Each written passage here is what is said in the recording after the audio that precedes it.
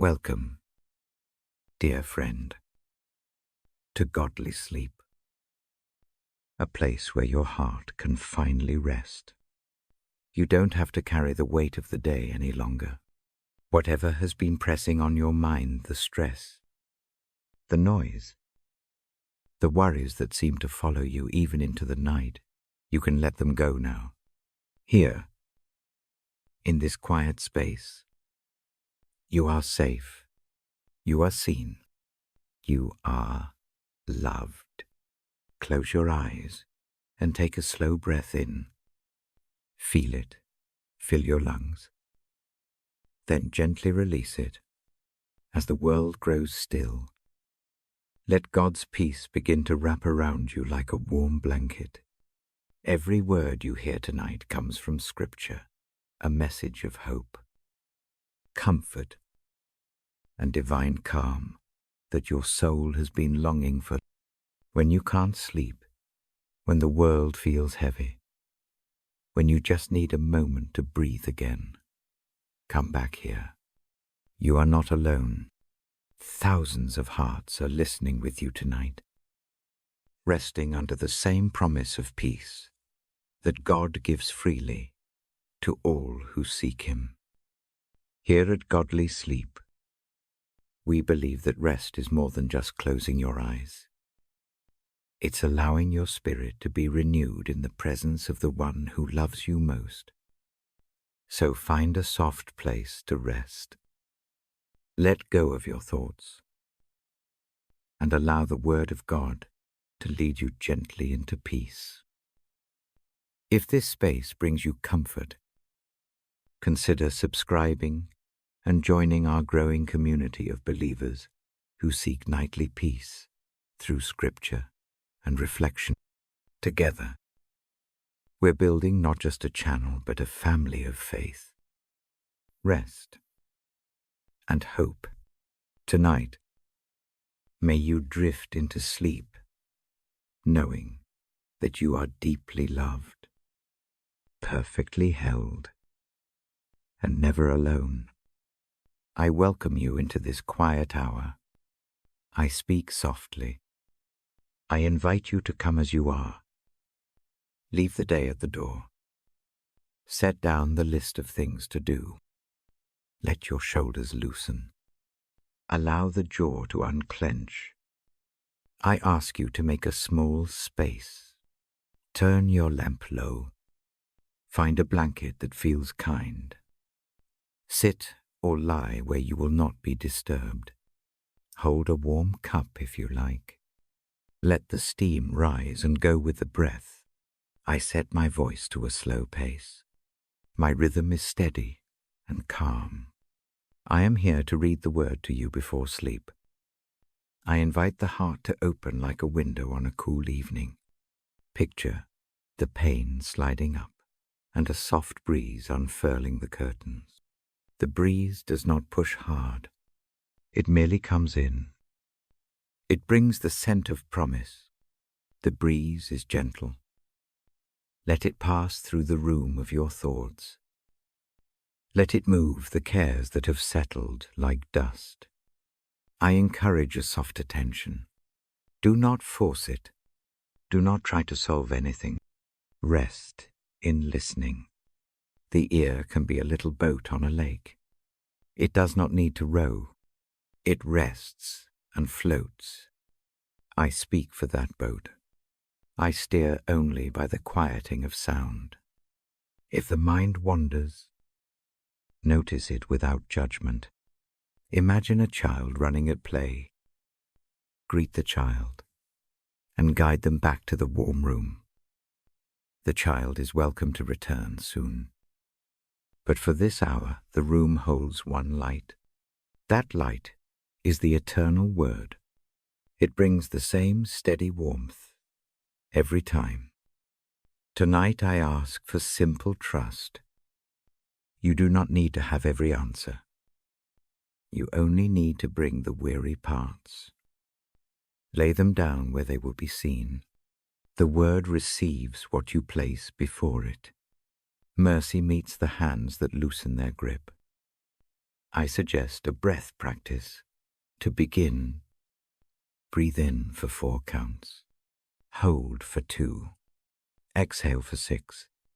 Repeat this pattern a few times. Feel the pause after each exhale.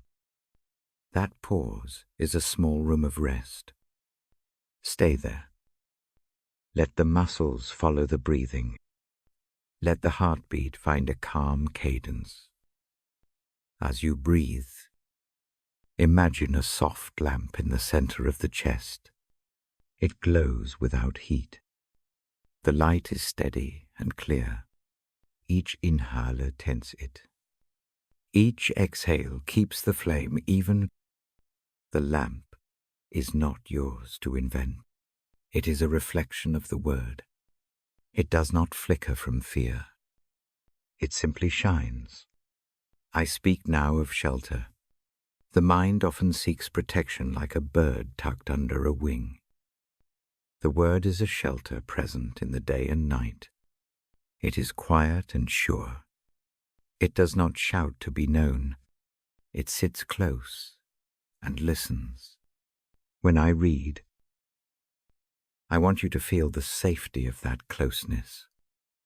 Safety does not force you to be brave. It allows you to be honest. Imagine the word as a harbor. You bring your small boat into that harbor. The water is calm there. A few waves lap against the side. But the ropes hold. Each worry is a rope you hand over. The harbor accepts them. It will not judge the knots. The harbor knows the shape of the sea. I will now paraphrase passages that hold a tone of rest and mercy. These are not arguments. They are invitations. They are gentle reminders written for nights like this. First, I talk about quiet trust. There is a passage that speaks of waiting without strain, of finding strength renewed like new shoots after rain. Think of a field in early morning. Dew clings to each blade. The sun comes slowly. The field does not hurry to be anything other than itself. It becomes green in its own time. Let those images settle. You do not need to rush your life into clarity. Allow the small sprout of hope to come at its own pace. Next, I think of shelter and refuge. Many words point to a safe place that does not crumble under storm. Picture an ancient tree by a river. Its roots reach deep and firm. The branches hold birds and weary travelers.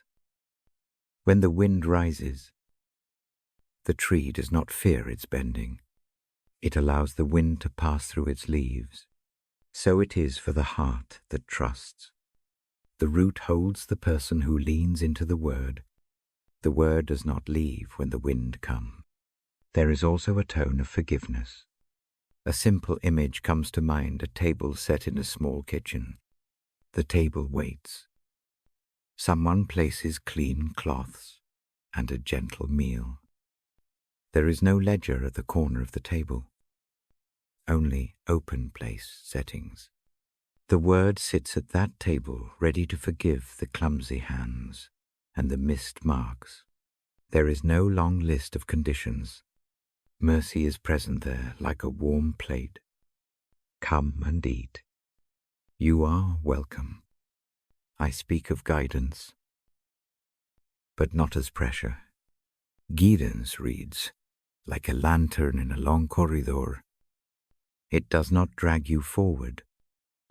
It marks the path and lets you notice when to turn, when decisions feel heavy. Imagine that lantern. Let your steps follow its light at a slow pace. There is no rush. The lantern will not go out. If you stumble, the light is patient. I bring to mind peace that settles like snow. It covers rough stones and quiets the landscape. Snow does not erase the form beneath. but it softens the edges. In the same way, peace from the word does not make the memory disappear. It makes the memory bearable. It gives warmth to a heart chilled by the day. I offer images of strength too, but strength that rests. Think of an oak full grown. It stands without bracing. It has learned how to be still.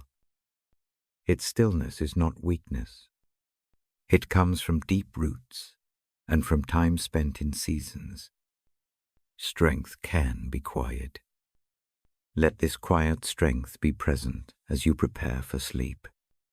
You may carry grief. That is allowed here.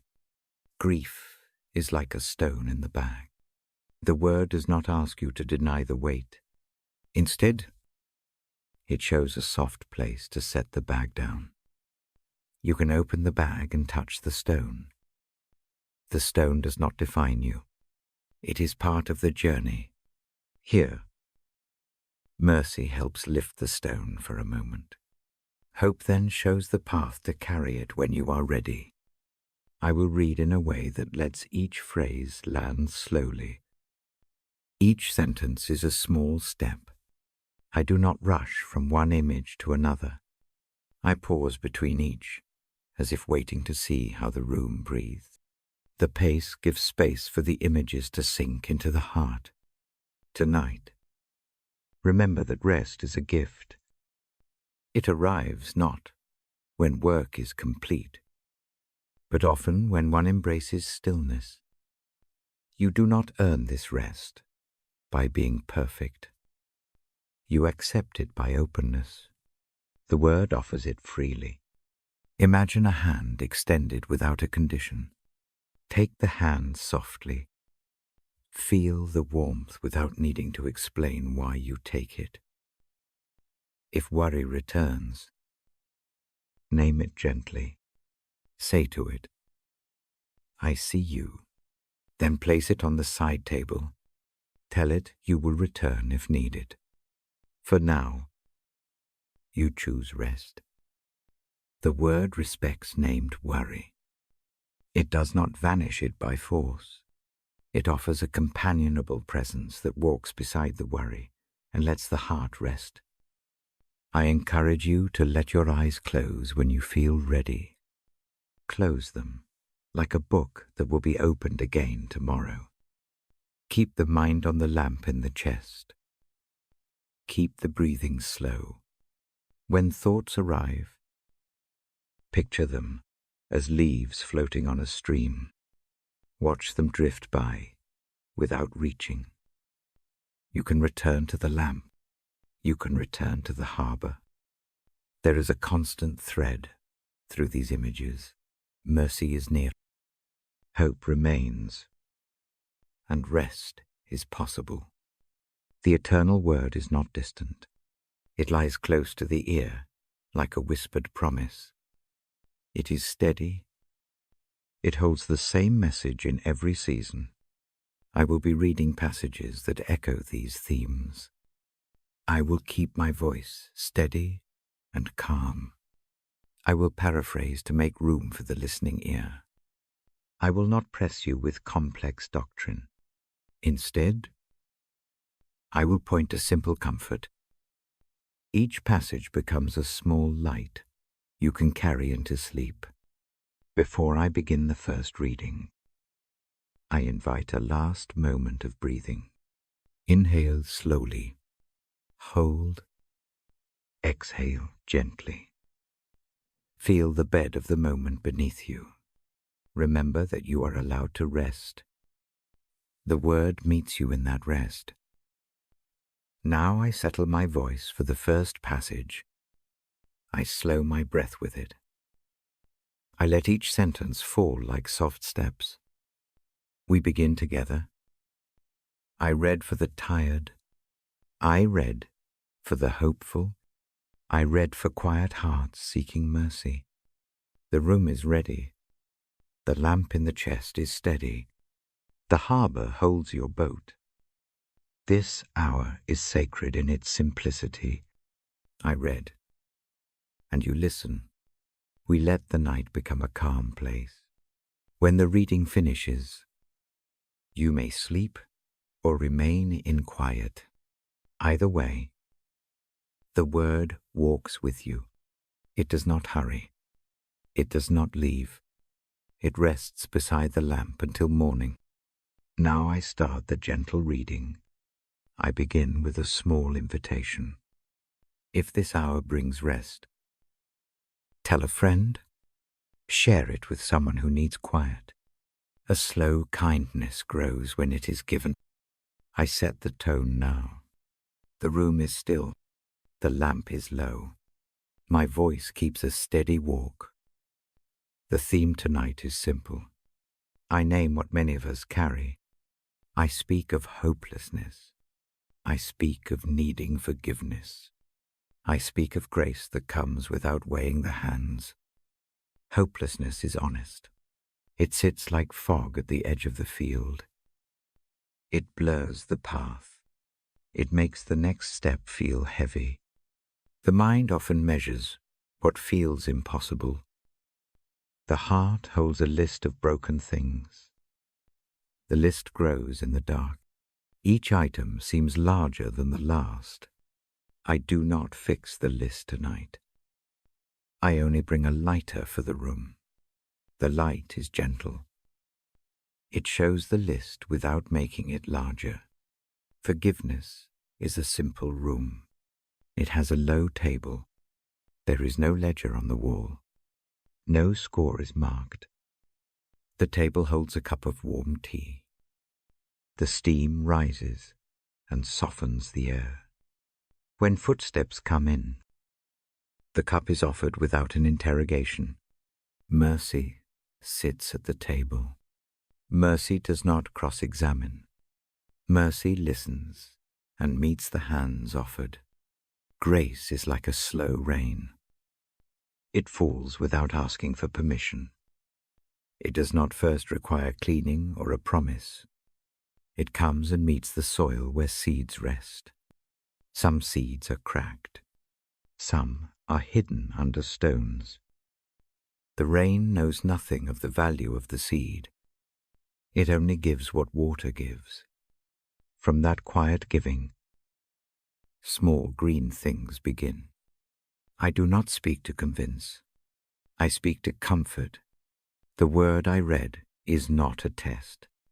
It is a presence. It is a map of places where weary feet can rest. It points to shelter and to hands that do not let go when the night is longest. There is a common feeling that forgiveness must be earned. Many believe that mercy waits with a long list of instructions. The voice of that belief is loud sometimes. It shouts with deadlines and with judgments. Tonight, I turn down that voice. I show a different picture. Imagine a porch light left on when a tired traveler arrives. The traveler need not recite their journey to enter the house. The threshold opens. The host meets the traveler with a towel and a seat by the fire. The past is not erased, but it is not the barrier to rest. We all share wounds. Some are fresh. Some are old as a winter grain. No wound gets measured by how others call it small or large. The heart knows its own pain. The word meets each wound like a gentle hand. That hand does not press the sore. It touches in a way that says, I see you. I am here. When forgiveness is given, the effect is not immediate, like putting out a lamp. It is more like the slow settling of dust after a wind. The room becomes easier to breathe in. The shoulders drop. Breathing lengthens. Nothing miraculous is required of the one who accepts mercy. A willingness to rest is enough. That willingness sometimes looks like a small nod, or a soft word in the mind. Sometimes it looks like lying down without pretending the pain is gone. Both are welcome. Grace reaches in unexpected forms. It may come as a neighbor's soft knock in the late evening. It may come as a memory of kindness that warms the chest. It may come as a line of scripture read in a voice such as mine. Grace does not insist on being recognized at first. It often arrives quietly. The heart notices later. The noticing is enough to change a night. I keep my words slow to let these images land.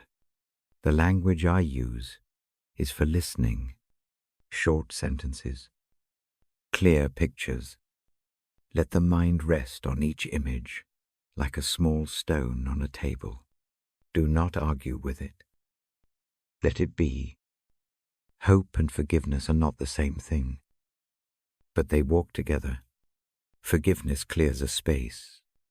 Hope fills that space with small things. Hope is not a promise of sudden rescue. It is the steady belief that a path exists.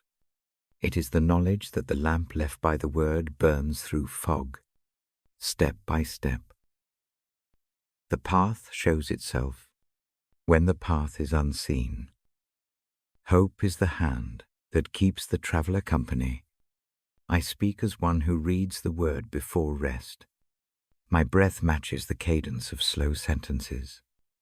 Each paraphrase is chosen to calm. No heavy debate appears in these words. No complicated arguments. Only rest and mercy and quiet assurance.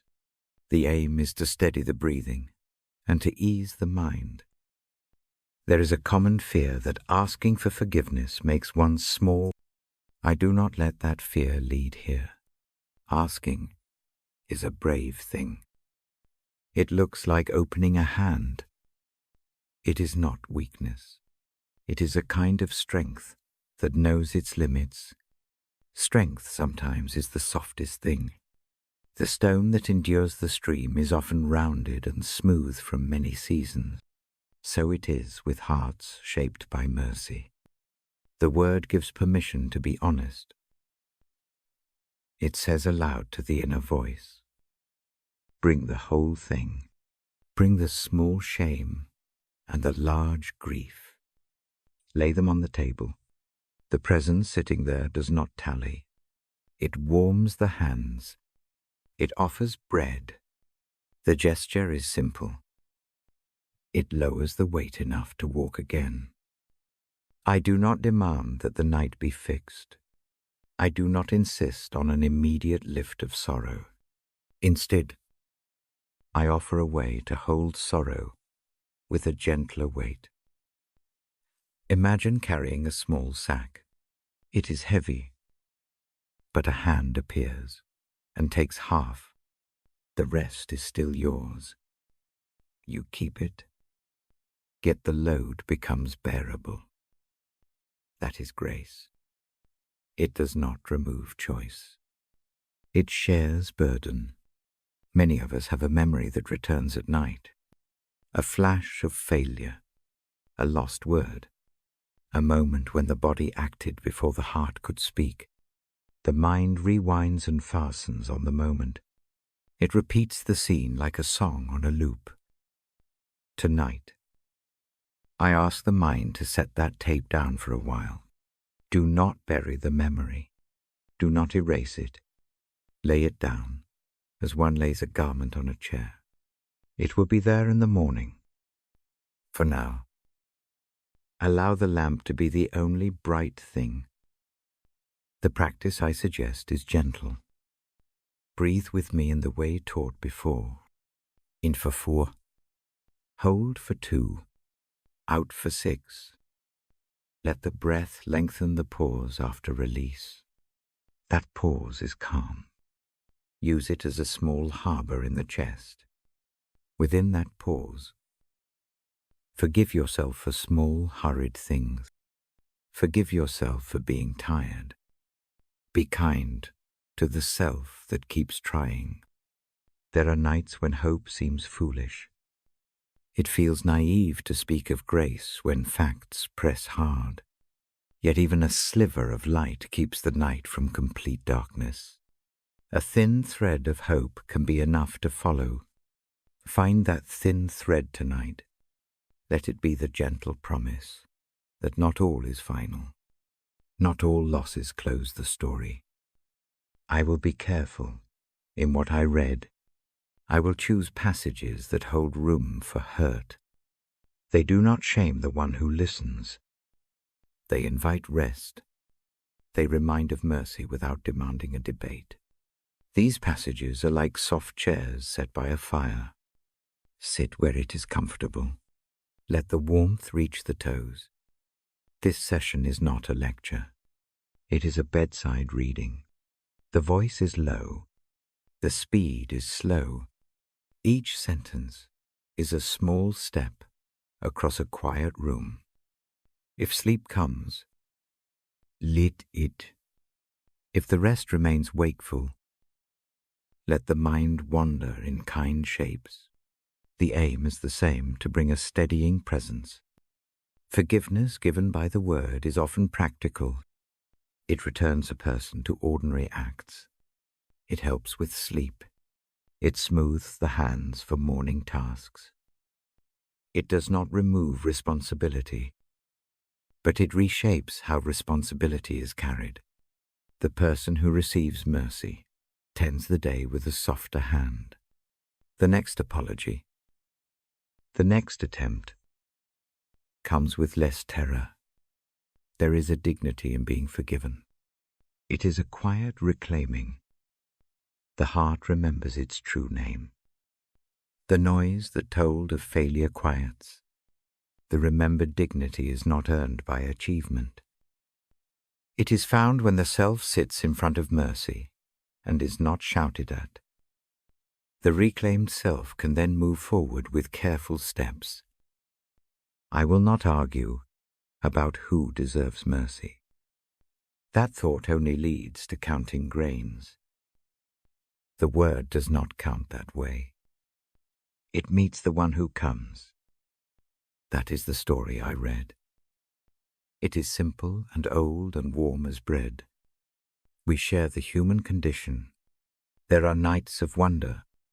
There are nights of despair. Both visit the same houses. Neither is alien to the other. The word knows both. It speaks to the one in despair with the same tone. It uses with one in wonder. The voice is steady. The message is mercy and rest.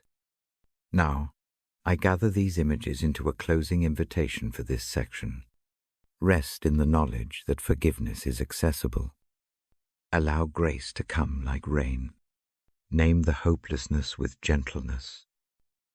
Lay it down. Receive the lamp that shines beside the bed. Let the breath slow. Let the shoulders ease. I will begin the first reading soon. The passages are chosen to echo what we have spoken. They will keep to the same tempo. They will wear the same softness. If sleep takes you, these words will still breathe in the room. If you stay awake, they will keep company. For now, make one more slow breath. In, hold, out. Feel the chest settle. The house of the night grows quiet. The word is near. The lamp is steady. The table waits. The hand offered is warm. We go forward together. I start the reading in the next part. The tone remains the same. The pace remains slow. The aim is rest. The aim is mercy. The aim is hope. I slow my voice further. I lower the lamp of my speech to a softer glow. I want the room to feel like a well-loved chair beside a quiet window. I speak as one who reads the word before sleep. My words are meant to settle, not stir. I begin with a simple reassurance. The night is not empty. Something near watches the quiet. That nearness is a steady presence. It does not demand an answer. It simply lies close and listens. Bring what you carry. Lay it down where it can be seen. The presence waits without haste.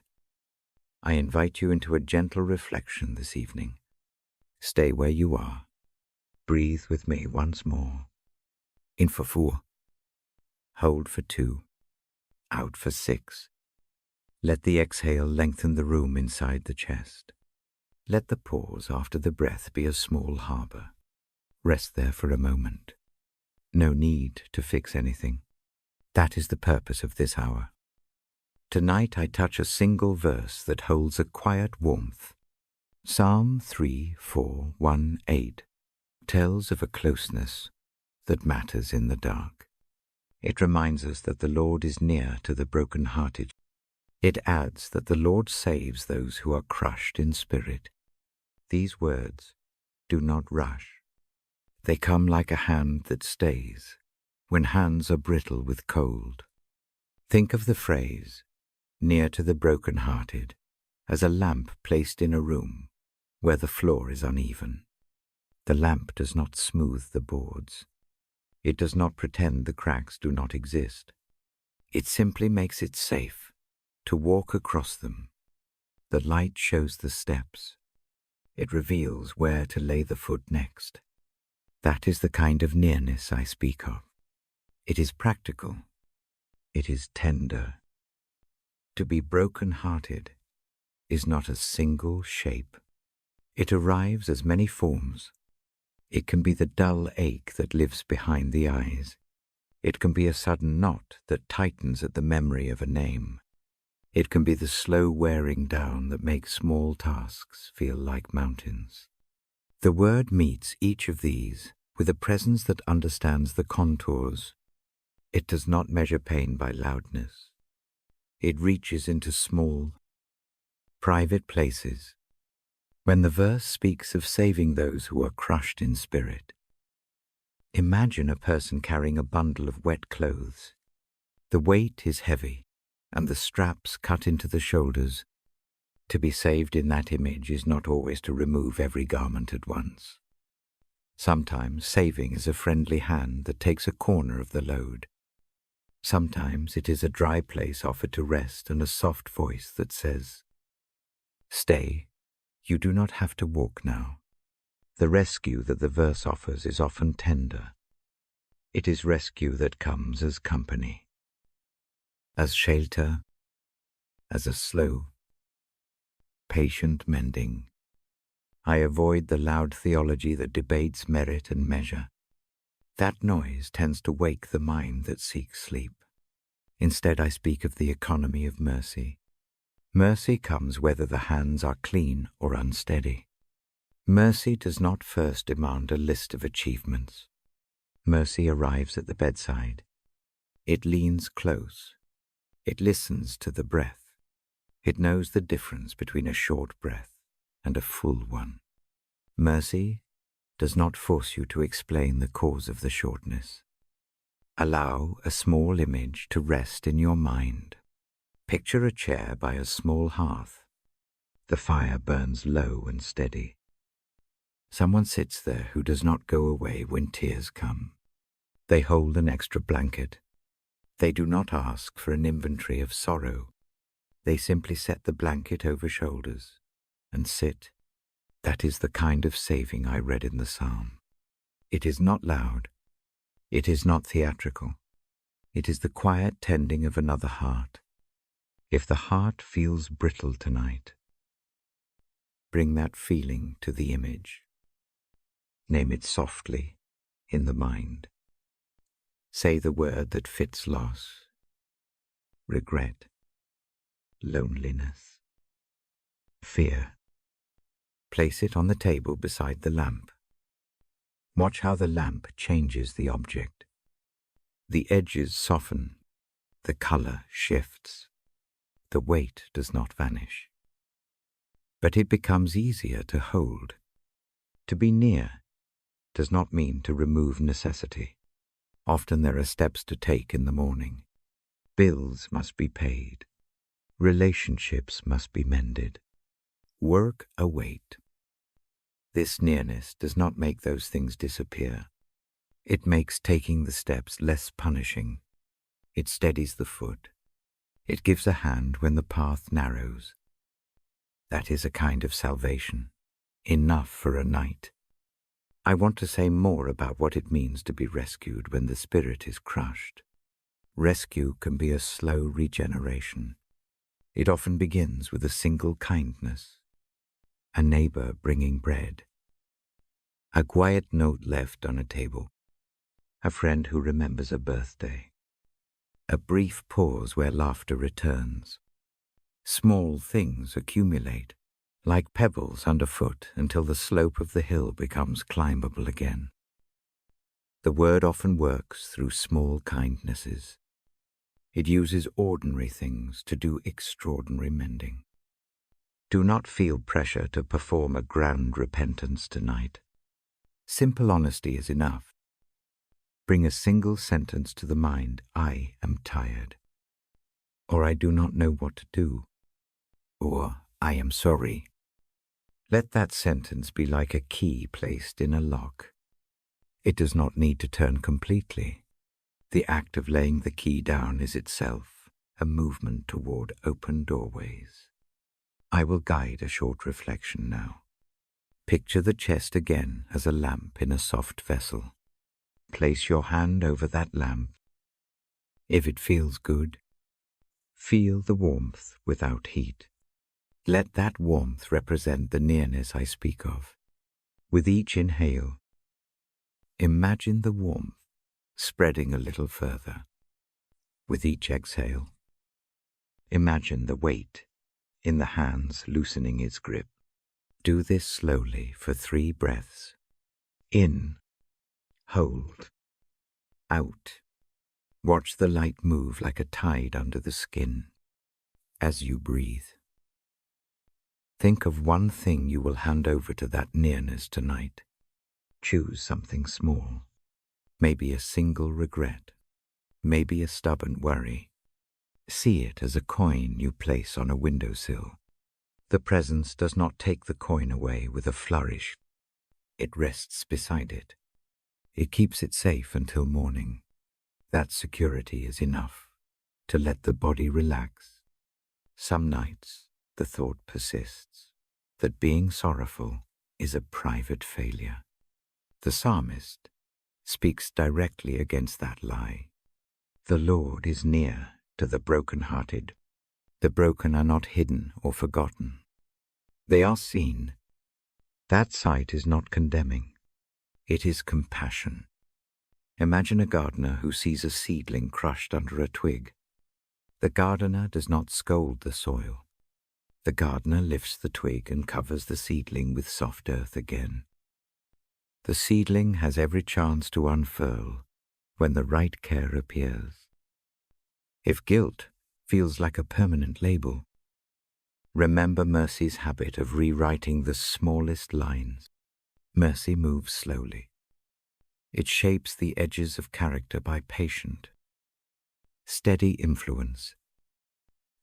A person forgiven finds new rhythm in ordinary choices. The next apology is less terrifying. The next attempt to be kind is more assured. The heart learns how to be brave in small ways. I keep my sentences short, so the mind can catch every image. The goal is calm. The aim is a gentle restfulness. The theology here is not heavy. The message is simple closeness in sorrow, rescue that tends, not necessarily fixes everything at once, hope that arrives like a quiet companion. I also speak as one who reads the Bible before bed for many seasons. I have seen nights turn with a single line of truth. A simple phrase can catch like a rail when the steps feel loose. The psalm I mention is full of such phrases. It speaks in quiet tones to those who suffer. It invites a presence rather than a performance. Before I move on, take one more slow breath with me. In, hold, out. Let the body find the pause at the end of the exhale. Let the heartbeat match the slow rhythm. If tears come, let them. They are not a weakness, but a part of the relieving. If the eyes stay dry, that is fine also. The presence hears both kinds of night. I will now offer a brief moment of silence for whatever you brought. In that silence, the words of the psalm dwell without loudness. Imagine the presence standing near the bedside. It does not demand explanation. It bows its head and listens. The listening itself is a kind of saving. When the silence has its shape, I provide a closing thought for this section. Mercy is not an abstract concept here. It is a patient companion. It is a hand that helps move a blanket. It is a light that keeps the path visible. The promise of Psalm 34:18 rests not on performance. It rests on nearness. I will read more in the next part. The reading will keep the same tone. The pace will remain slow. The images will stay gentle. For now, let the knowledge of nearness sit like a small stone in the pocket. It is there if you need it, during the night. It weighs so little that sleep can come. Rest now with the thought that you are seen. You are not alone in sorrow. The light is near. The saving is tender. Keep breathing slowly. Keep the lamp in the chest lit. I will continue soon with another passage that walks beside this one. The room grows quieter. The lamp is steady. The presence remains close. I move gently from the psalm to another passage that has soothed many nights. I lower my voice a fraction more. The room feels like a quiet harbor. My aim is the same. Rest, mercy, a steady assurance. There is a short teaching that I carry to bed with me. It asks the listener not to be anxious. It invites us to turn our worries into requests. It asks that each request be mixed with thanksgiving. The promise that follows is quiet and firm. A peace will come. That peace will guard the heart and the mind. When I say do not be anxious, I mean this as a permission. Worry is human. It knocks at the door. This instruction tells the heart not to hand the keys to anxiety. It asks for a different practice. Instead of rehearsing what might go wrong, we bring what is on our minds into prayer. We speak it out in the small, honest language of the tired. We do not have to tidy it first. Presenting requests is simple work. It does not demand eloquence. It does not require a tidy list, a name, a need. A single short phrase will do. I have done this many times. A whispered sentence at the edge of sleep has carried burdens across a night. The act of naming the need is a kind of handing over. It is a small but concrete movement away from hoarding worry. Gratitude is part of the practice. The instruction pairs request with thanks. That pairing is not a trick. It is a gentle reordering of attention. When I remember one small kindness from the day, it shifts the weight in the chest. The mind is less a ledger and more a room where light falls. Even in dark times, a single small thing can be named with thanks. That tiny noticing opens a space where peace can enter. The promise of peace comes as protection. It is not a removal of difficulty. It is a calm that sits over trouble, like a wool blanket on a cold bed. The blanket does not take the cold away from the world. It warms the body. It steadies the breath. The text suggests that this peace will guard both heart and mind. Imagine a gentle sentinel at the doorway of sleep. The sentinel does not fight noisily. It stays watchful. It keeps the night from overwhelming the inner room. I keep this practice simple. It fits a tired hand and a slow breath. First, I breathe. Slow breaths make the chest a quiet instrument. Next, I name one thing that presses. I say it aloud or hold it softly in the mind. Then I follow that with one small thanks, a small thing, a single memory of kindness. Finally, I imagine the sorrow or fear placed into a waiting hand. The hand is steady. It does not pry. It receives. This has not erased the hard moments of life. Serious things remain serious. Loss does not vanish because a sentence is spoken. Yet the inner posture changes. The mind loosens its tight grip on the worry. The heart finds a different rhythm. That change has let sleep come more often. In the morning, tasks feel less jagged. Decisions seem more possible. The work of living continues. But the night is no longer a battlefield. I can tell you how this has helped me in concrete ways. On a long night some years ago, a call arrived with news that unsettled everything. The mind rushed toward worst-case images. The muscles tensed. Tears came and went. I sat at the edge of the bed and breathed in the slow pattern we use. I named the fear. I said a short request out loud. I spoke a single line of thanks for a small kindness that day. The result was not instant peace like a door slamming. It was a gentle softening. The body let the shoulders drop a few millimeters. The breathing lengthened. The room lost its sharp edges. There was another night when worry about a loved one filled the mind like a tide. Plans and outcomes swirled. Schleppfeldstollen. I turned the swirl into a handful of words.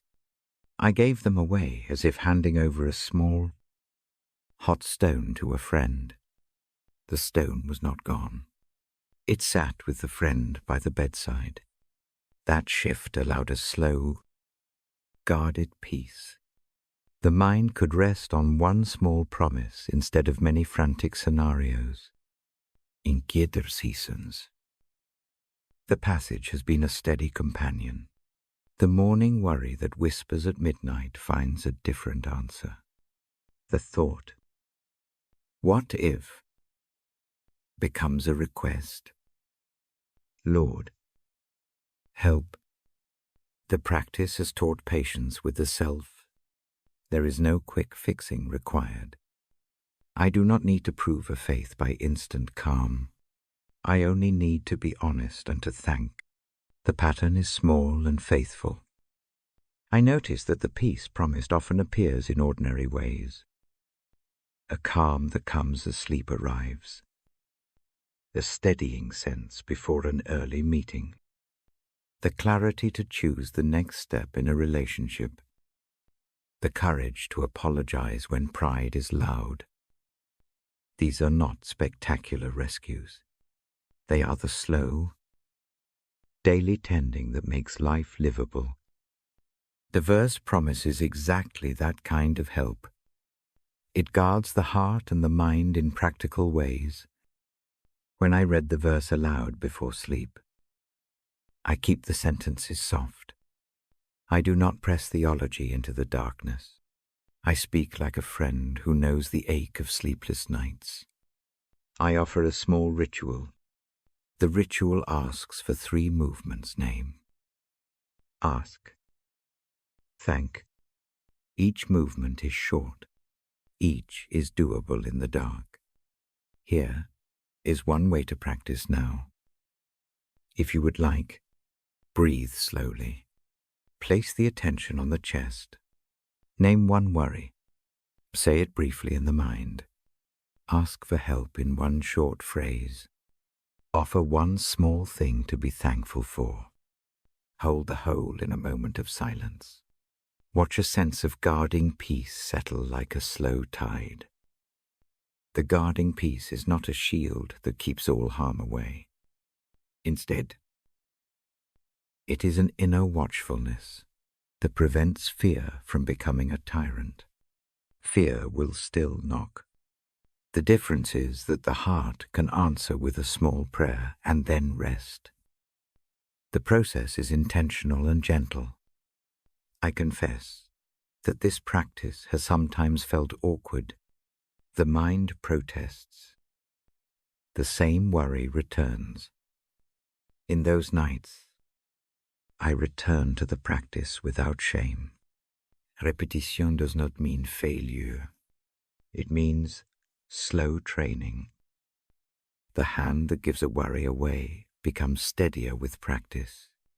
The heart learns that it is not alone in the dark. There is also gratitude to be named for the small, unexpected helpers that appear. A neighbor's quiet message, a friend's simple presence, a memory of a laugh that cracked the tightness in the chest. These small lights complement the guarding peace. They are the ordinary ways the word tends us. I will ask for a few breaths, with a slight image to close this section. Picture a small gate at the edge of a garden. The gate is low and wooden. Place your named worry on the gate. Turn it toward the path and let it rest there for the night. Lock the gate gently with a ribbon of thanks. Walk back toward the house with steady breath. The mind may look back. That is allowed. The gate holds the worry for a while. The peace stands at the doorway. Not boastful, but watchful. Keep the pattern simple. Breathe. Name. Ask. Thank. Imagine the peace as a gentle guard. Feel the weight in the chest ease by small degrees. Do this without judgment.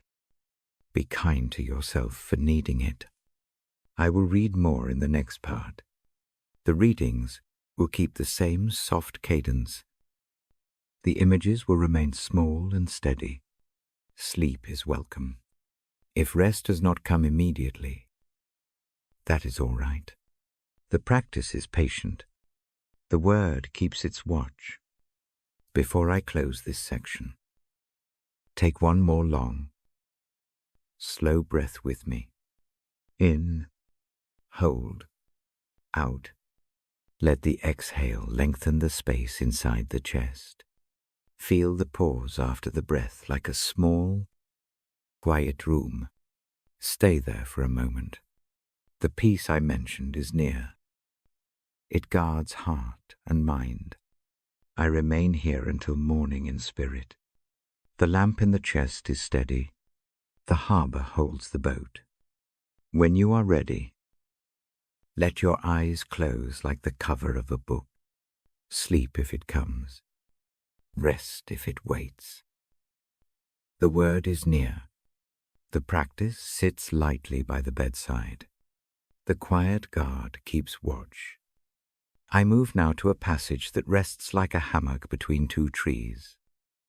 It is an invitation that arrives in a simple sentence.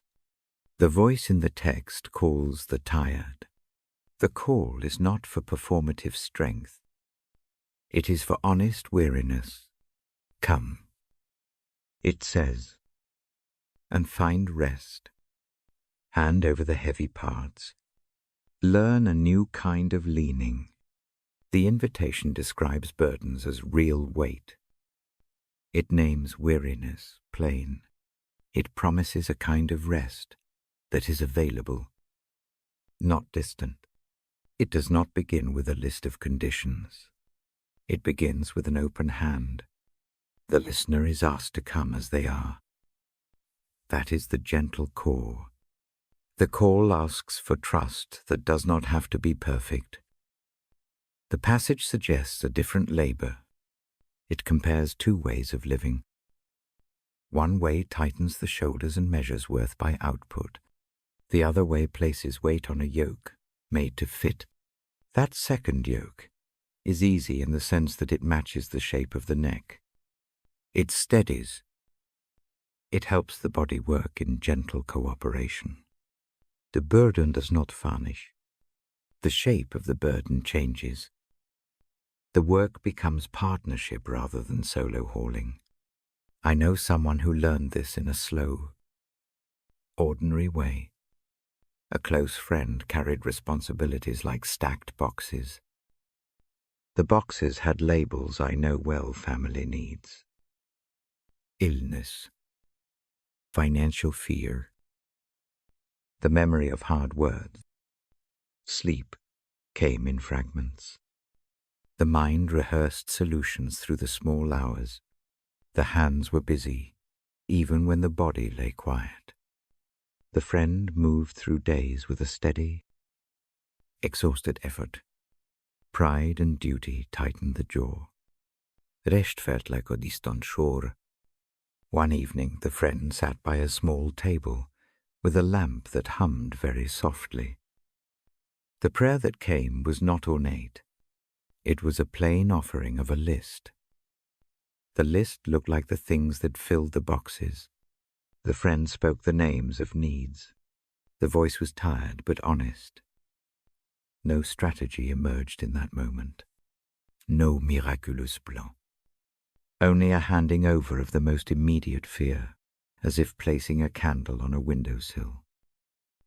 After that first offering, the pattern did not change overnight. There were still hard days. The boxes did not disintegrate with a word. What shifted was the manner of carrying them. Each morning began with a small, steady practice, a short breath, a single sentence to name the heaviest thing, one small memory of kindness to answer with thanks. The friend did not promise to be flawless. The friend only promised to try the new posture again. Prayer became a practical habit rather than an emergency tool. It became a way to set down a box for a season. Friends came alongside. Practical help arrived in small acts.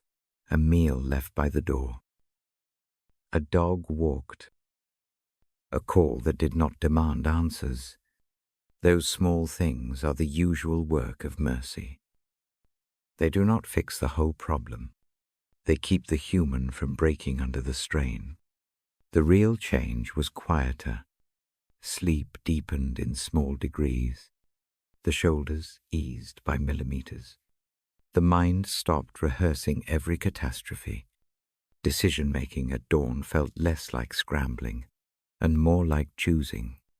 The friend began to measure time by tiny mercies, rather than by how many tasks were completed. Peace settled into pockets of the day. It did not feel like an escape. It felt like an honest companionship, with a present comfort. I share this story not as proof of formula. The life was not perfect after that. There were relapses into old habit. There were nights when the boxes felt as heavy as ever. The point is the entry into rest. The friend found a steadying anchor in a practice that mixed asking and thankfulness. The anchor held enough that the journey could continue. This passage also invites us into a posture that I practice with the listeners. The practice is simple. Breathe slowly. Inhale for 4. Hold for 2. Exhale for 6. Do this once or twice to find a small calm. Then bring one burden into a short sentence. Name it plainly in the mind. Offer it as a request. Follow with one small gratitude. Picture a single good thing from the day. Keep the words short. They do not need to be polished. Imagine placing that named burden on a bench at the edge of a garden. It rests there for a night. The bench does not make the weight disappear. It keeps it safe until morning. That safety is enough to rest. It frees the hands for sleep. It softens the chest. The repeated gesture trains the heart to trust that burdens can be held without being crushed by them. The invitation in the passage is also an offer of taught rest. The caller speaks of learning a gentle rhythm. A new yoke is not a trick. It asks for cooperation. It invites the weary to learn the rhythm of a steady presence. Practice is part of the learning. There is no shame in returning to the practice. Each small attempt is an education in peace. Many nights I have sat with this practice myself. I have watched the mind spin worries into bright, alarming images. I have used the simple pattern to gather those images into a handful of words.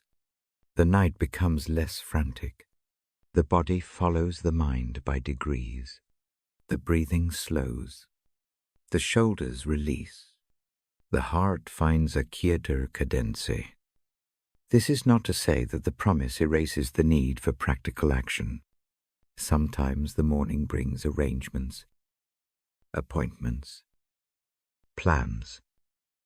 The rest offered in the night does not cancel responsibility.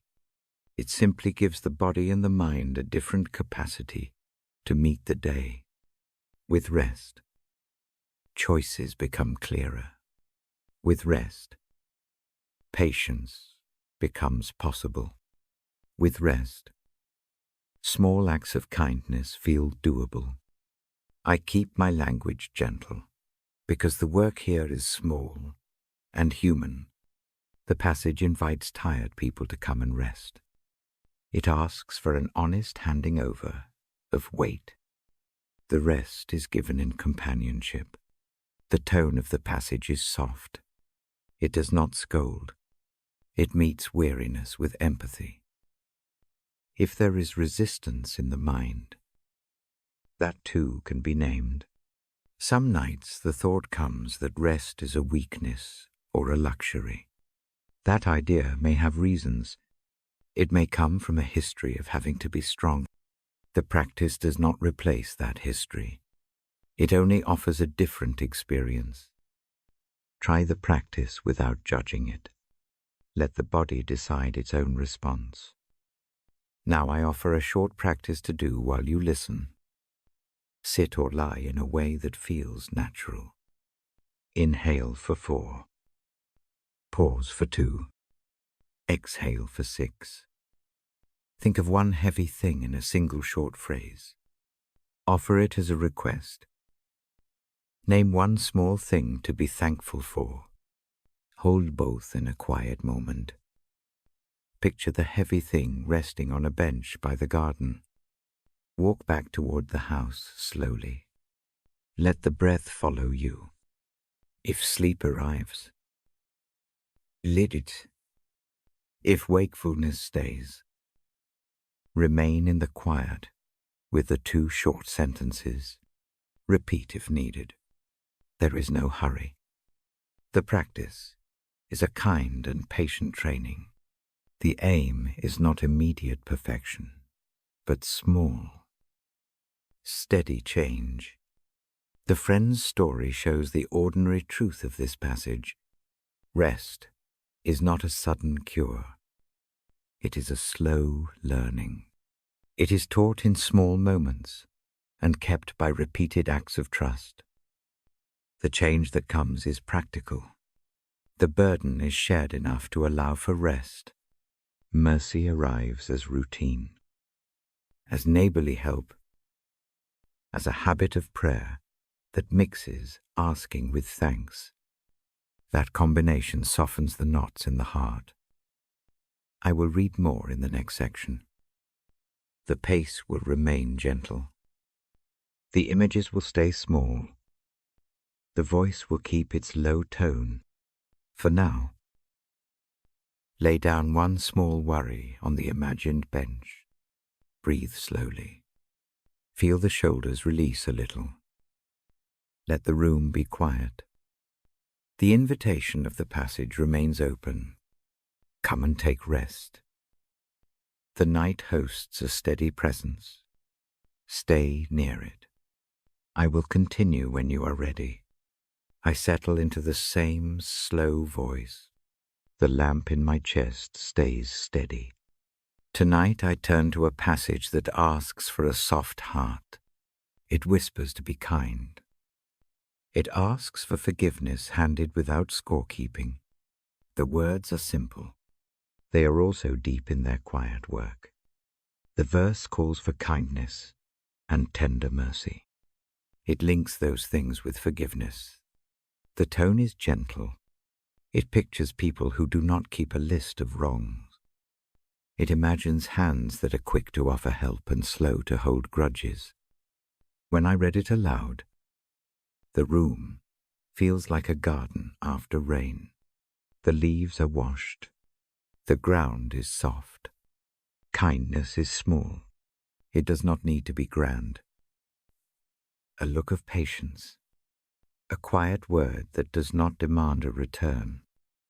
A hand that sets a cup down without commentary.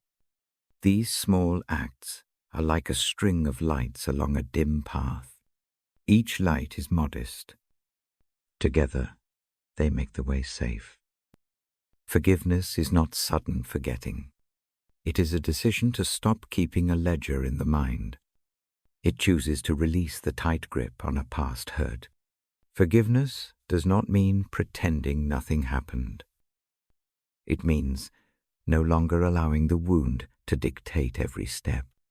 In the gentle economy, the verse suggests, forgiveness is mercy given as a daily habit. It is a slow untying of knots. I speak of his heart here. I do this softly. I think of humility and gentleness as his natural posture. The heart that forgives is not proud. It does not keep score to feel superior. It bends toward the other. It carries the weak with care. That posture is not empty sentiment. It is steady service. When I read these lines, I picture a low towel being offered to the feet of a weary friend. The action says more than a speech. There is a particular night I remember. It comes back easily because the memory is tender. A small betrayal had wandered into the days. I held it like a stone in the pocket. It scraped the hip with each step. The mind rehearsed the scene over and over at odd hours. Sleep came in fits. The chest stayed raw. I bring that night to the bedside now without shame. I sat on the edge of the bed. After a long day, the lamp was low. The breath pattern slowed. I named the hurt in a short, plain sentence. I did not craft a sermon. I did not insist on a plan. I simply placed the name of the wound into the quiet room. Then I remembered the line about kindness and forgiveness, not as an ideal, as a practice. I pictured his gentle heart holding the stone I carried. I imagined its edges softened in his hand. The image felt strange at first. It felt like laying a heavy object on a soft pillow. Yet I kept the image. I breathed. I let the heart imagine the stone being set down. What followed is hard to describe with loud words. It is small and interior. The shoulders let a fraction of their tightness go. The jaw unclenched just enough for the breath to lengthen. That shift did not change the facts. The broken event remained, but the intensity of carrying it through the night dimmed. Kindness to myself mattered in that moment. I stopped speaking harshly inwardly. I replaced the fierce inner critique with small, gentle phrases. This Quiet self-kindness did not deny responsibility. It only stopped using shame as a continual hammer. That change softened the night. Forgiveness toward the one who had hurt me began not as a grand act of release. It began as a decision to stop replaying the scene, as a way to punish. I chose to no longer let the memory be the soundtrack of every quiet hour. The choice did not mean I forgot. It meant I stopped making the moment sovereign over my peace. The relief that followed felt like removing a heavy cloak in a warm room. The body relaxed a little. Sleep shifted from thin and watchful to fuller stretches. The change is humble.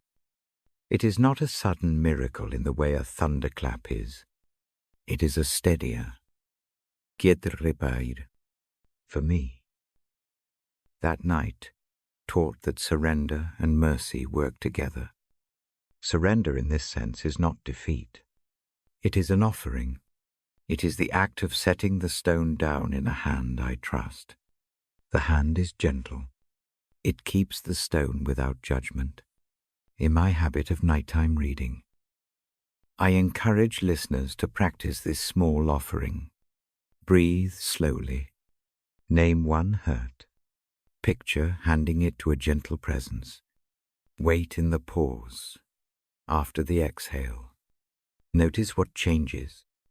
The change may be small. It may be enough. Kindness outward flows from that inner change. When a heart learns to be gentle with itself, it often becomes less defensive. The other person is easier to see. The immediate urge to retaliate softens. That does not mean being naive. It means the energy once used to rehearse grievance becomes available for small acts that restore. A note of care, a simple offer of help, a steady presence without expectation. Those acts are not dramatic. They repair quietly. I recall another morning after that night. A small, awkward conversation came with someone who had caused the pain. It was not healed fully, but the tone shifted. Words were shorter. The posture was less sharp. What changed was not clever argument. It was a loosened heart. I could listen without the mind building a fortress. The possibility of kindness entered the room. That small opening mattered. The verse calls us to forgive, as we have been forgiven. That phrase is an invitation to remember being on the receiving end of mercy. I find it calming to sit with that image before sleep. To remember that I too have needed kindness. To see how often help arrived in plain forms. The memory of having been helped makes a hand easier to offer. Forgiveness also protects the forgiver. Holding on to anger is heavy work. It tightens muscles and shortens breath. It keeps the mind in a loop. Releasing does not erase truth. It frees the heart to act usefully. In sleep, that freedom is a mercy. The mind stops rehearsing revenge and starts accepting rest. I balance these thoughts with realism. Not every wound is small. Some things need careful repair, and a long time. Forgiveness does not mean ignoring harm or failing to protect oneself. It sometimes means setting boundaries.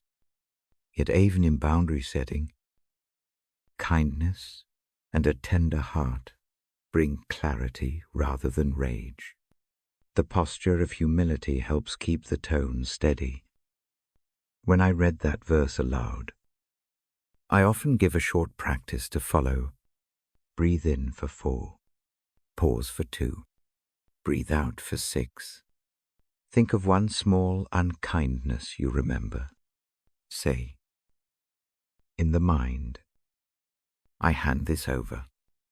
See it set down like a small stone on a table. Imagine a gentle hand taking it, not to erase, but to hold. Then picture one tiny act of kindness you can offer tomorrow. It can be as small as a note, a phone call, setting a mug within reach. Let that tiny plan sit next to the stone in the image. This practice is not a trick to make things perfect. It is a bridge for the night. It trains the muscles of mercy. It prepares the hands for softer living. Over time. These small repetitions change the rhythm of days. They do not create a false serenity. They teach a steadier heart. I share another quiet memory. Once, after weeks of carrying the burden of a hard word spoken in anger, I tried this practice for many nights. Each night I handed the hurt over. Each morning I looked for one small kindness to give. After a while, the nights grew less heavy. The afternoons held more room for ordinary grace. The person who had spoken the hard word remained human. The relationship did not magically repair, yet the anger stopped being the tallest tree in the forest of my thoughts. Other things grew taller: patience, simple attention, small mercy. Kindness and forgiveness also hold power in community. Small acts passed quietly between neighbors and friends make a tapestry of care.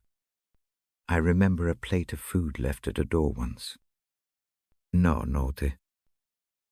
No announcement. The gesture said, "You are seen." It moved like a warm current through the week. Such acts are the ordinary enacting of the verse. They are not flashy. They are reliable. Before I close this section, I give you a final, simple invitation. Breathe. Think of one person who carries a quiet wound. Offer a short prayer in the mind, a handing over. Then choose one small, practical kindness you can do without expectation. Walk toward sleep with that gentle plan in the pocket. Let the lamp in the chest glow a little warmer. I end this part with the steady thought that mercy is near and kindness changes the shape of nights. Forgiveness is not a great leap, but a steady turning. The heart learns, slowly, to be humble and gentle. The change is ordinary and deep. It prepares the soul for rest. When you are ready, breathe with me once more. In, hold, out. Feel the pause after the exhale. Let the shoulders drop. Keep the lamp in the chest steady. The next passage waits. The tone will remain soft. The pace will remain slow. We move on together, hand in hand with mercy. I turn now to a promise that sits like cool water in the heat.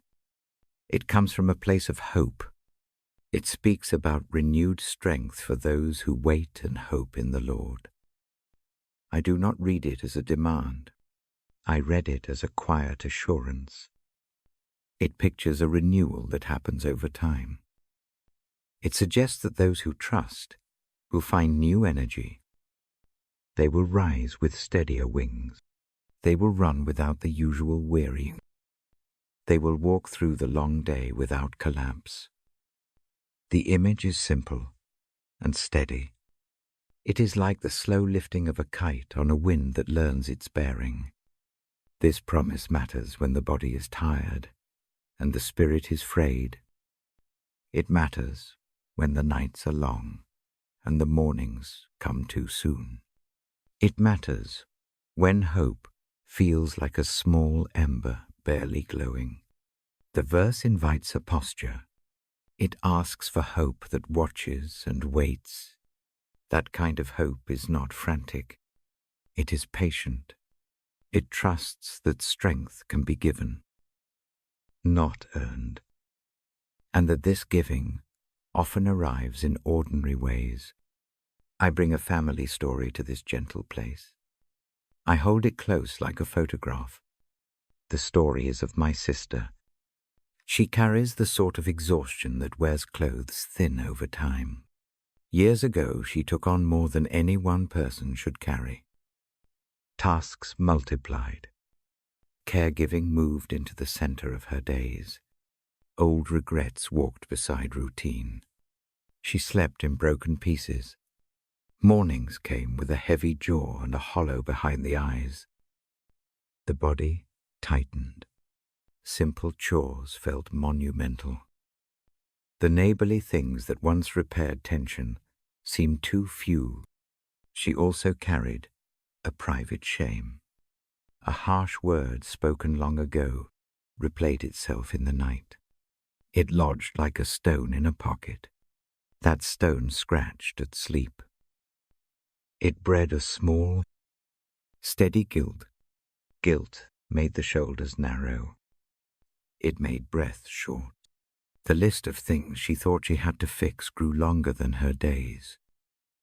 One slow evening she sat with me at the small kitchen table. The lamp threw a soft circle of light over the worn wood. She did not plan a speech. She did not ask for a strategy. She said, quietly, that she was tired of carrying the stone. Not with many words, just a plain name for her weariness. I remember how that single phrase entered the room, like the opening of a window on a stale day. We did not try to rush a solution. We breathed, slow, together. In for 4, hold for 2, out for 6. The breath became a tiny anchor. Then she practiced a simple offering. She named one thing that felt the heaviest. She did not polish the sentence. She did not make it pretty. She placed it in the imagined hand beside the lamp. The gesture was humble. It was not dramatic. It was work of a small muscle tested many times. Forgiveness found her there. In that slow moment, not as a grand declaration, not as a sudden, theatrical ending. It arrived as a series of small actions. A niece brought a pie. A friend offered to do a grocery run. A sibling wrote a note of simple apology. The person who had once caused the hurt approached without fanfare, carrying no lists. The apology was short. The reception was a choice to receive or to keep the stone. My sister chose to receive the small gesture of reconciliation. Healing did not look like an instant cure. Instead, it looked like mornings that lengthened a little. It looked like sleep that returned in longer stretches. It looked like the jaw unclenching by small degrees. It looked like laughter that returned in short, surprising bursts. It looked like hands that could do one more chore without the deep fatigue underneath. The change was gradual. It was steadied by hope that refused to rush itself. Hope in her case was not a fierce, proud something. It was a quiet practice. It was the daily act of offering the heavy thing in a short sentence. It was also the small gratitude she let into the heart each morning. One memory of kindness answered the weight of guilt. The practice was simple and repeated over weeks. The small change became notable. She found more energy to do the next right thing. She noticed the day with a softer edge. Her stride lengthened. I think of the promise of renewed strength when I see that story. The promise does not obligate a triumph. It promises partnership. It says that when we hope and wait, Strength is given. Sometimes it arrives like a neighbor's hand. Sometimes like a cleared path in the morning. Sometimes like the internal sense that the shoulders can relax just enough to try again. The image of mounting up with renewed wings is not always literal. Often it looks like a person who had been stooped, now lifting the face to the sun with a little more trust. There is a practical pattern that played a role in my sister's healing. It is the same threefold practice I mentioned to listeners: breath, naming, thanks. Each step is short and doable. The breath steadies. The naming frees the mind from hoarding anxiety alone. The thanks rearranges attention towards small grace. In my sister's life, this pattern did not fix every problem. It did change the way the mind held them. That change made room for real rest. I remember a morning months into this slow renewal. She stepped outside and walked farther than she had in a long time. The sun felt mild. A breeze moved the hedgerow. She returned with a small smile that looked new in the face. It was not a triumphant grin. It was the kind of lightness that belongs to someone who has been given a little more breath. She said nothing dramatic. She handed a cup of tea across the kitchen table. Her hands were steady. That steadiness was the fruit of the small, faithful practices of hope. Healing through forgiveness often involves the body catching up with the heart. When the heart begins to let go, the muscles follow. Sleep deepens. Appetite steadies. The mind loosens its guard. Tension becomes less of a constant background noise. In my sister's case, the relational mending mattered as much as the internal release. A simple reaching across a small mistake allowed both of them to find a gentler way forward. I do not tell this story as a perfect model. Not every relationship mends neatly. Some wounds need long care and careful boundaries. Forgiveness does not mean ignoring harm or failing to protect oneself. It can coexist with prudent caution. In this household, the move toward forgiveness unfolded slowly and safely. It happened with small, practical changes that made a long-term difference. The promise of renewed strength also teaches patience. Strength that is given often arrives over seasons. Spring does not come in a night. The trees bud slowly. The first green is always subtle. Hope works in the same tempo. It might be a small, almost invisible shift at first, then another. The gradual pattern is reliable and kind. I invite you to imagine this with me now. Picture a tired person on a path. The path is long and lined with low stones. Hope sits nearby like a watchful friend. It does not push. It offers a walking stick. The walked miles do not vanish, but the weight shifts. The feet find a steadier beat. That is the kind of renewal promised in the verse. It is steady and real. If you are carrying a heavy thing tonight, try a small practice. Breathe slowly. Name one burden in a plain phrase.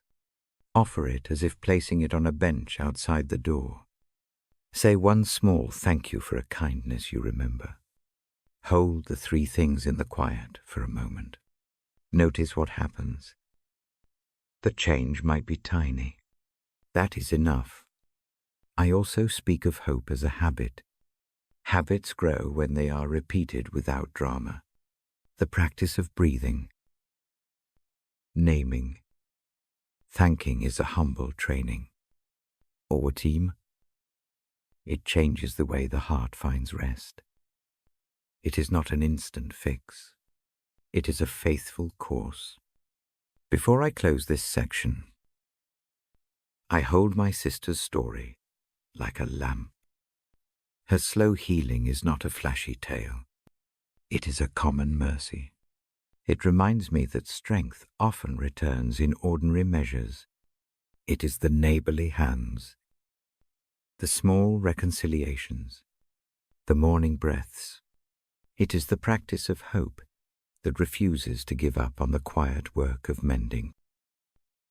We will continue with another steady passage. Next, the pace remains slow. The tone stays soft. For now, lay one small worry on the bench in your mind. Breathe. Hope quietly.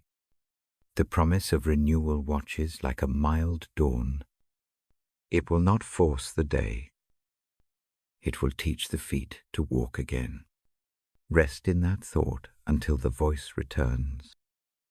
I speak tonight of a line I carry to the bedside. It comes from a letter that once comforted a man who knew deep need. The words are simple. They are warm, like fresh bread. They say, "My grace is sufficient for you. My power is made perfect in weakness." I read them softly. I read them like a small lamp set near the bed. I have read this verse many nights. I mean it not as a sermon. I mean it as a close, calm fact. Grace meets what is true. Strength does not always arrive as what we expect. It often comes where we feel most thin. In my years of reading before sleep, I learned to notice where strength appears. It appears not when pride stands tall. It comes in the small, steady moments. It shows up in the voice of a neighbor who brings bread. It shows up in a hand that helps lift a blanket. It shows up in an apology that is short and honest. When I read that grace is sufficient, I am naming a quiet pattern I have seen when we cannot. Something gentle steps in. There was a season when I felt that truth inside my own bones. For a long time I had a steady voice for these readings. The voice became part of my routine and part of my identity. Then the body changed. A simple illness made speaking difficult. The throat grew tired more quickly. Words scattered.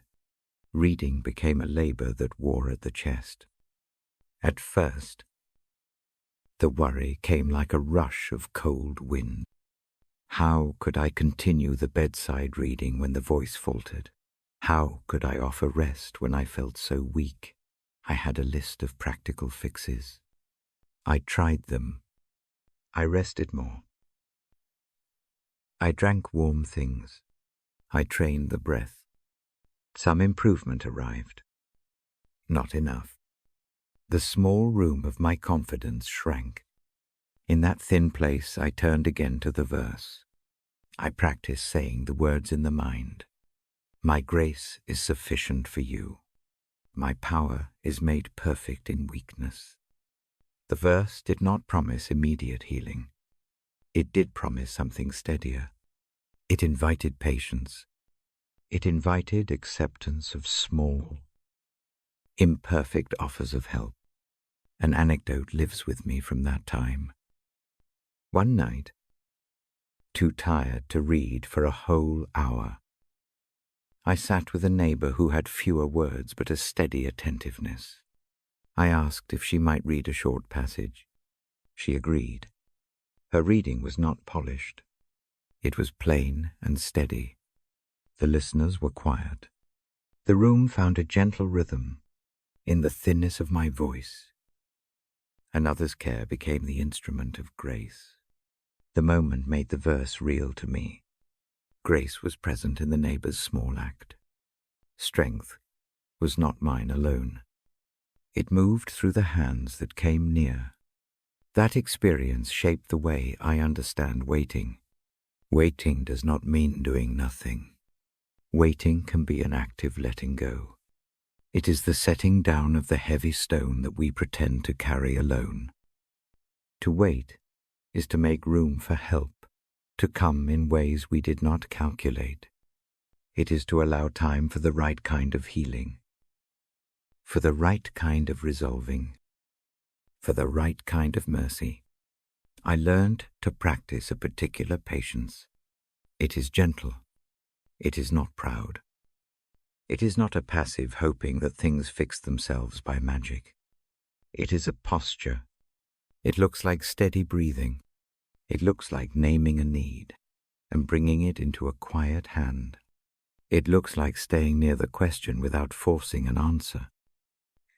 In that patient posture, the heart learns the rhythm of grace. I think of the image of a lamp and of the way its light is most noticed in a dark room. The lamp does not boast. It simply is. When the room is bright, its presence is useful, but not urgent. When night comes and shadows gather, the lamp reveals paths. Grace behaves similarly. When life seems full and the body strong, the practice of grace is a quiet habit. But in seasons of weakness, grace becomes the main light. It does not shame the weakness. It uses the weakness to show its own kind of strength. There is a paradox in the verse that I have had to live with. Power appears in places that seem powerless. That is a strange economy. It is the reverse of what the world often teaches. The world says, strength grows as we do more. The letter says strength is perfected where we are small. The letter encourages a kind of surrender that is not failure. It is an invitation into an exchange we offer what we cannot bear, and something else bears it with us. I tell you about this because I read the Bible for others before sleep. I do not pretend to hold all answers. I hold a lamp. I give it to the one who asks. When the voice grew thin, I found that my weakness invited other hands to light their lamps. Many small lamps together made a room warm. The verse taught me that a thin voice can still be part of a chorus of care. Patience is part of this learning. Waiting for God's perfect timing is quiet work. It is like watching the roots of a plant find their place in the soil. There is no dramatic growth above ground at first. The deep work takes time. The gardener knows to wait. The gardener waters.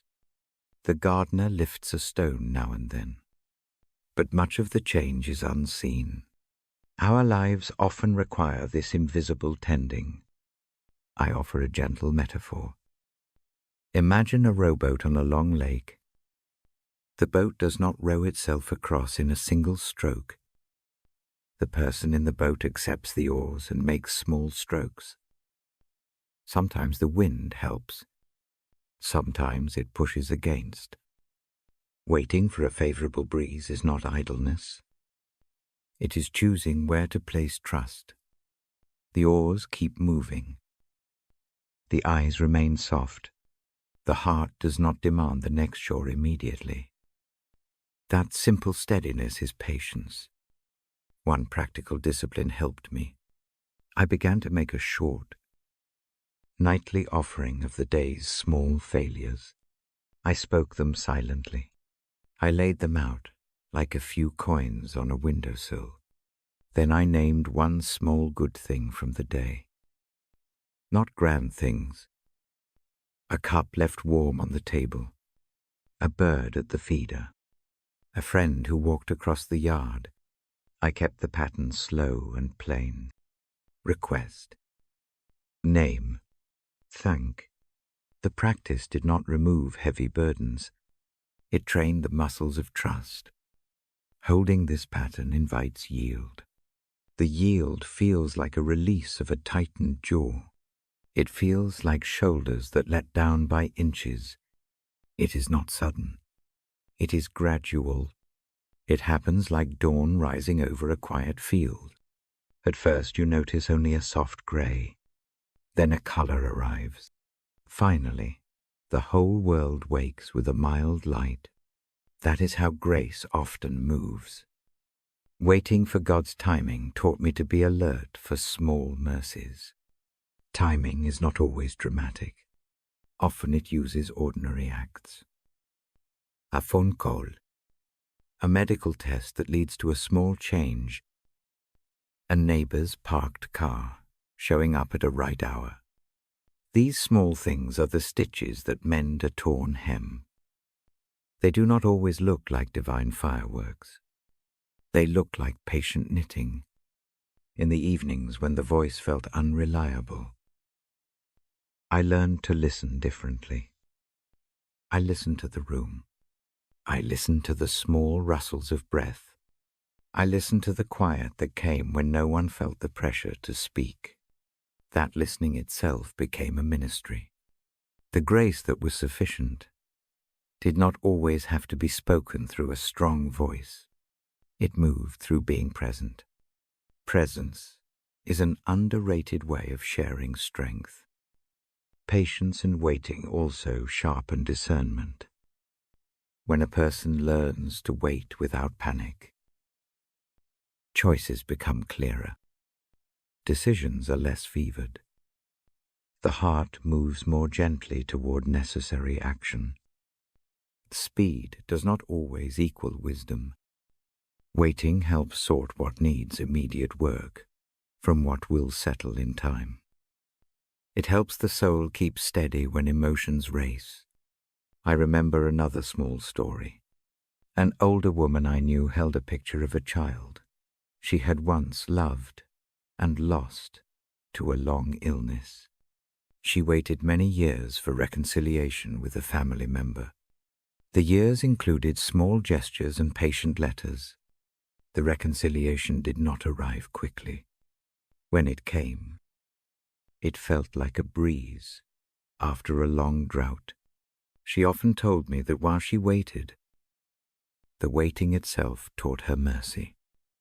She was kinder to herself. She was kinder to others. The long pause reshaped her expectations. It did not fix everything. It did change the heart.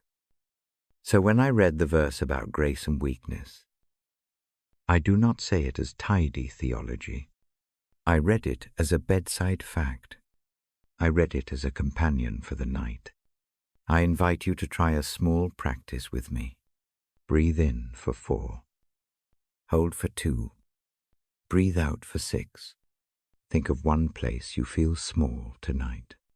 Name it in a short phrase. Offer that phrase as if laying it on a bench. Then name one small thing to be thankful for. Let the two sit together for a moment. Watch what happens to the shoulders. Notice the jaw. Let the chest find a softer beat. If waiting feels hard, remember, it is not aimless. Waiting is a patient work of trust. It does not demand immediate answers. It makes room for other hands to join. It is a way to receive help without shame. It is a path that lets grace be what it promises, sufficient. I end this part with a steady image. Picture a field in late winter. The ground looks bare. Nothing seems to promise life, yet under the soil roots stir. The gardener knows this promise. He waits. He tends in small ways. Spring comes in its time. The growth is not instant, but it is sure. Let that gentle faith guide the night. I will continue to read. The voice will stay low. The pace will remain slow. We move forward together, with patience and with quiet hope. My lamp is steady. The harbor holds the boats. Grace meets the weakness.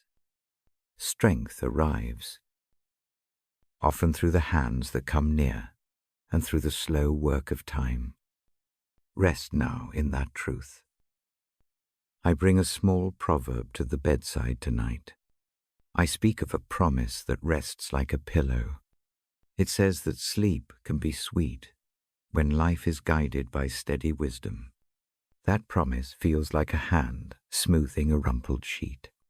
It gives permission to the body to loosen its hold. It gives permission to the mind to stop rehearsing what might be. Wisdom here is not a long lecture. It is a careful compass. It is a kindly voice that points and then leaves the traveler free to follow. When the life leans into that guidance, the night changes. The chest finds a softer rhythm. Fear no longer prowls so loudly in the dark.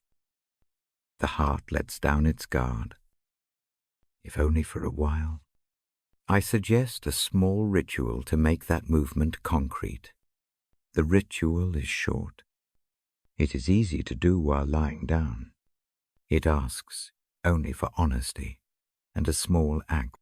First, light a steady image in the mind. Picture a simple roof over a small house. The roof does not have to be grand. It only shelters. The house holds the day's things inside. The roof keeps the rain from entering the little rooms of sleep. That roof is wisdom. It is guidance that stays when storms come.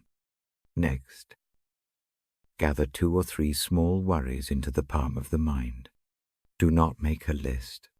Choose only the things that have a presence tonight. They might feel big. They might feel tiny. Let them sit there like small stones. Name each in one short phrase. Do this slowly. No argument. No pleading. Just a plain naming. Now imagine placing the stones on a windowsill outside the house. Arrange them carefully. Give each one a gentle label and set it down. The act of placing is not a trick to make problems vanish. It is a practical motion that says, I will not keep carrying this through the night. The windowsill will hold them for a while. The house beneath the steady roof will keep the rest of life safe while sleep arrives. I tell a soft story about a night when this ritual mattered. Decisions pressed hard. Then, Blanche felt brittle. There was a fear of making the wrong move that followed me into the dark. Thoughts came in loud and bright. Rest fell like a distant shore. I sat on the edge of the bed and breathed only long enough to draw a line between the day and the night. In for 4, hold for 2, out for 6. The air became a small bridge. I took 3 stones from a pocket on the nightstand, small, smooth pebbles kept for such work. On each pebble I set in the mind a single short phrase, a name, a worry, a décision. I held them for a breath, and then set them on the imagined windowsill. The motion was plain. The stones had no magic, but the body responded. The jaw unclenched. The shoulders eased a fraction. Sleep did not rush in like a tide. It arrived in steps. Those first steps were enough. The proverb's promise is practical. It does not erase the need to make wise choices. It does not excuse laziness. It simply offers a space for the night to be what it is meant to be: rest. Under the shelter of careful guidance, the mind can stop its rehearsal of worst outcomes. The heart can stop tallying mistakes. The body can find its way back to a natural, slower beat. Wisdom can also be a companion at the bedside, Imagine a quiet companion who knows the map of life. The companion does not take the reins by force. Instead, the companion sits beside the lamp and suggests a path. If a wrong turn comes, the companion points without a scold. That posture helps the one who listens to sleep more securely. The sense of being guided without being judged changes the nature of the night. There is also a gentle discipline to practice. If the mind will not let go, name the worry aloud in a whisper. Say a single, short sentence.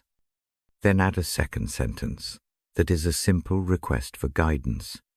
Finally, make a soft note of thanks for anything small, a warm cup, a kind word remembered, a joke that made the breath loosen.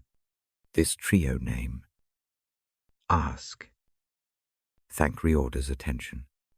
It is a tiny foreign policy for the heart. It shifts the mind from hawk-like vigilance to caretaking calm.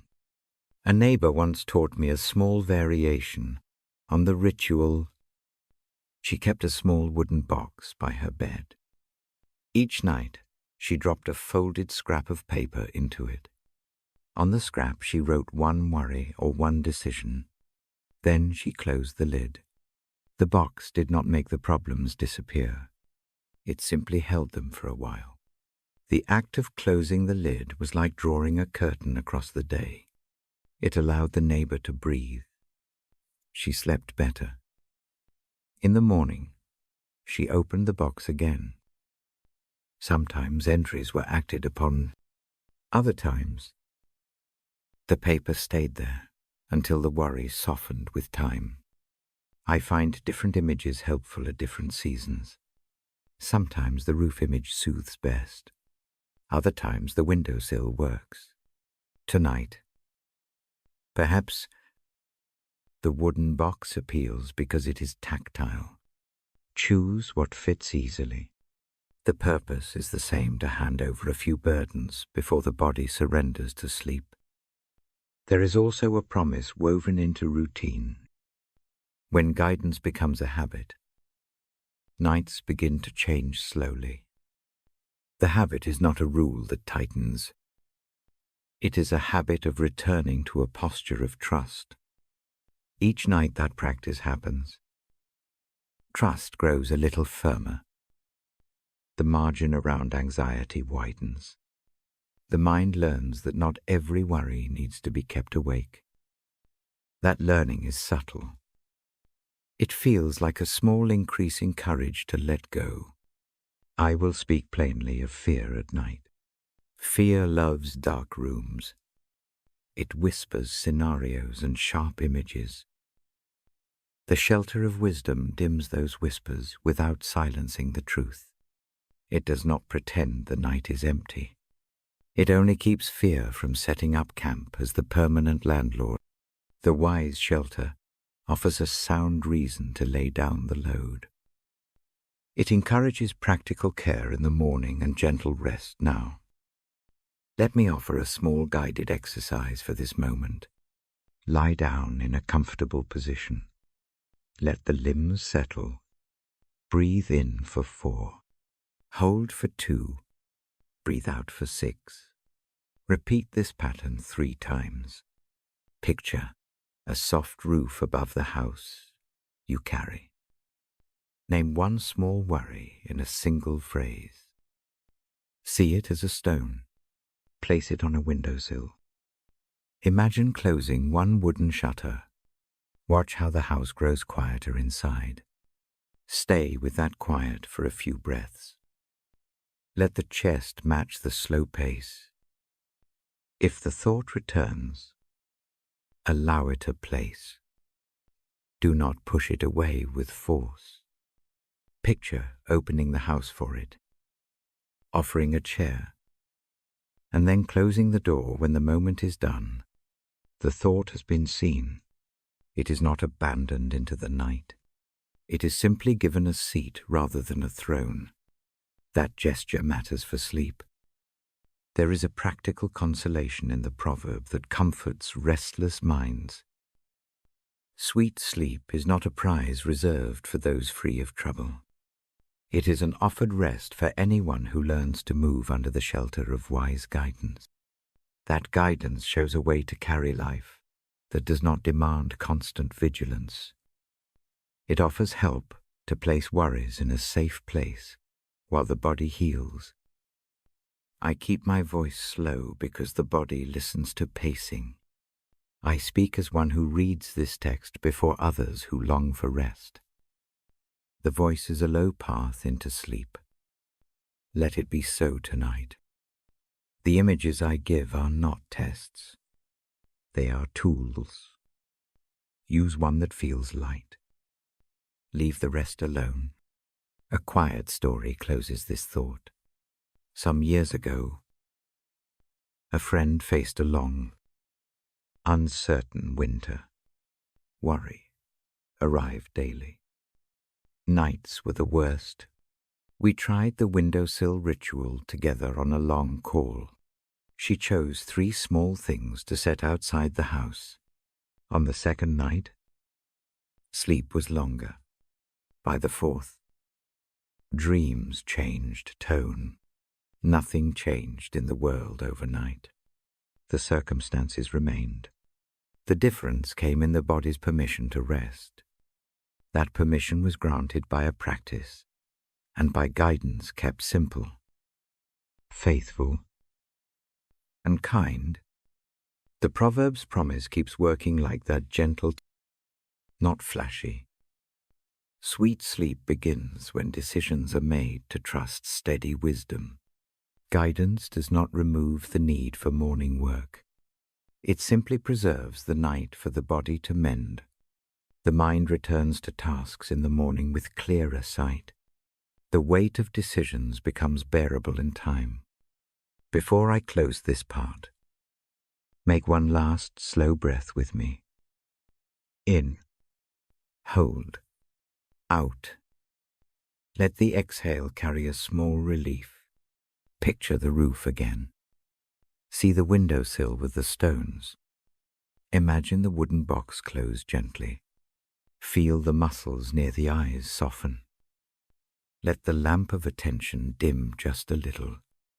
When the next part begins, I will read a brief paraphrase of the proverb and offer a short, calming passage that follows its rhythm. The tone will remain low. The pace will remain slow. The aim is rest. The aim is sweet sleep. For now, keep the 2 or 3 small worries on their imagined shelf. Let the quiet hold them. Allow the night to do what nights are good at doing. Trust that guidance watches kindly. Let the body find its rest. The next passage waits. When it comes, it will be gentle and steady. I settle my voice into a quiet low. The lamp on the table throws a small circle of light. The room feels patient. My breath keeps a slow pace. Tonight, I bring a promise that has steadied many nights. I carry it gently. I do not make it a test. I offer it as company. The promise speaks of care that plans ahead. It says that even when the path narrows, there is a purpose. It pictures a future that holds hope. The words are not a guarantee of easy days.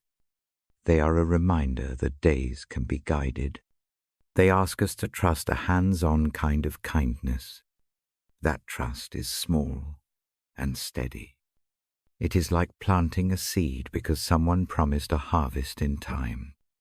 I read that promise often before sleep. I read it not to prove anything. I read it so the ear can hear calm.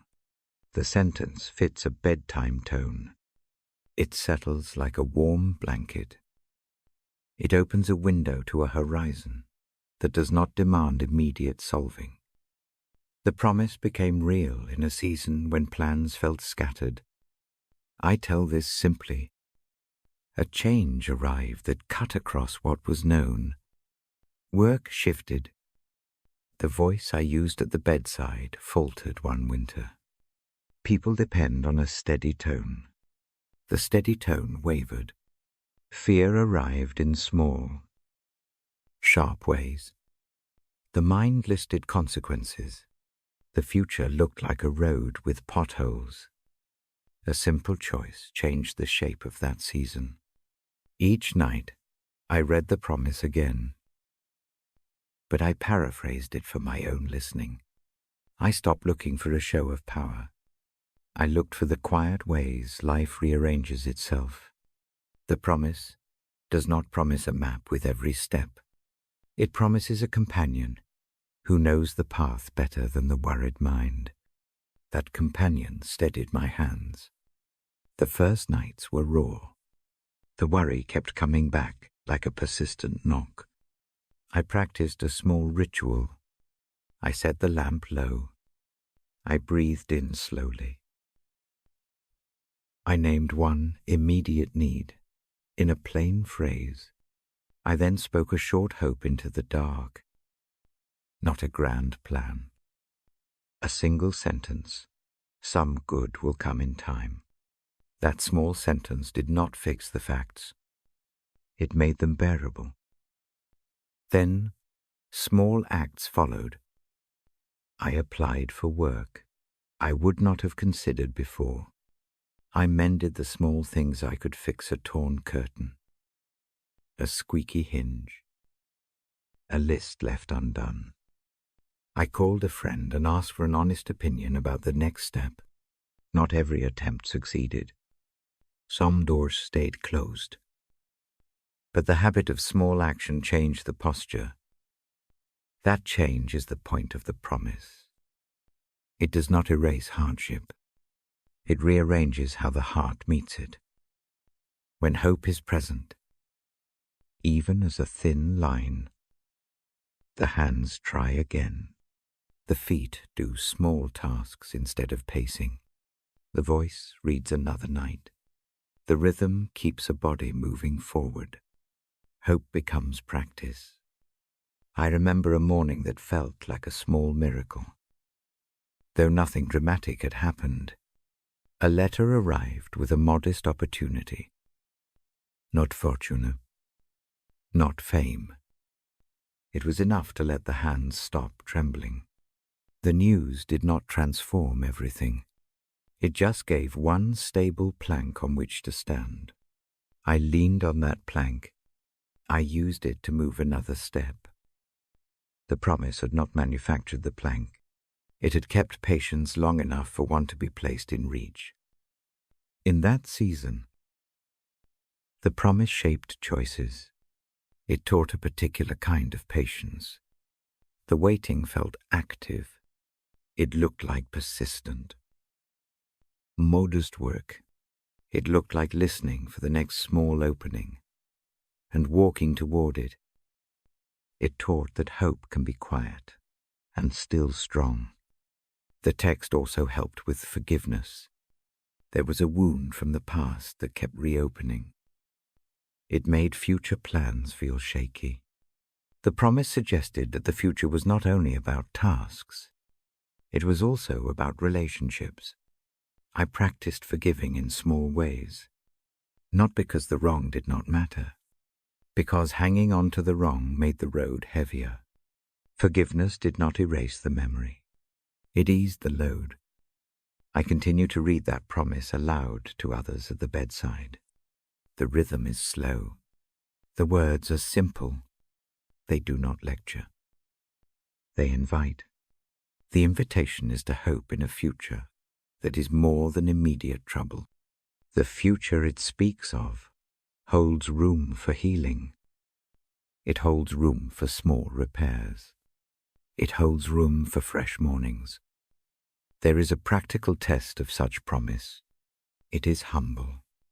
It is to act with integrity today while trusting tomorrow in a way that does not require certainty. That sounds odd. It means doing what can be done now, It means opening one letter.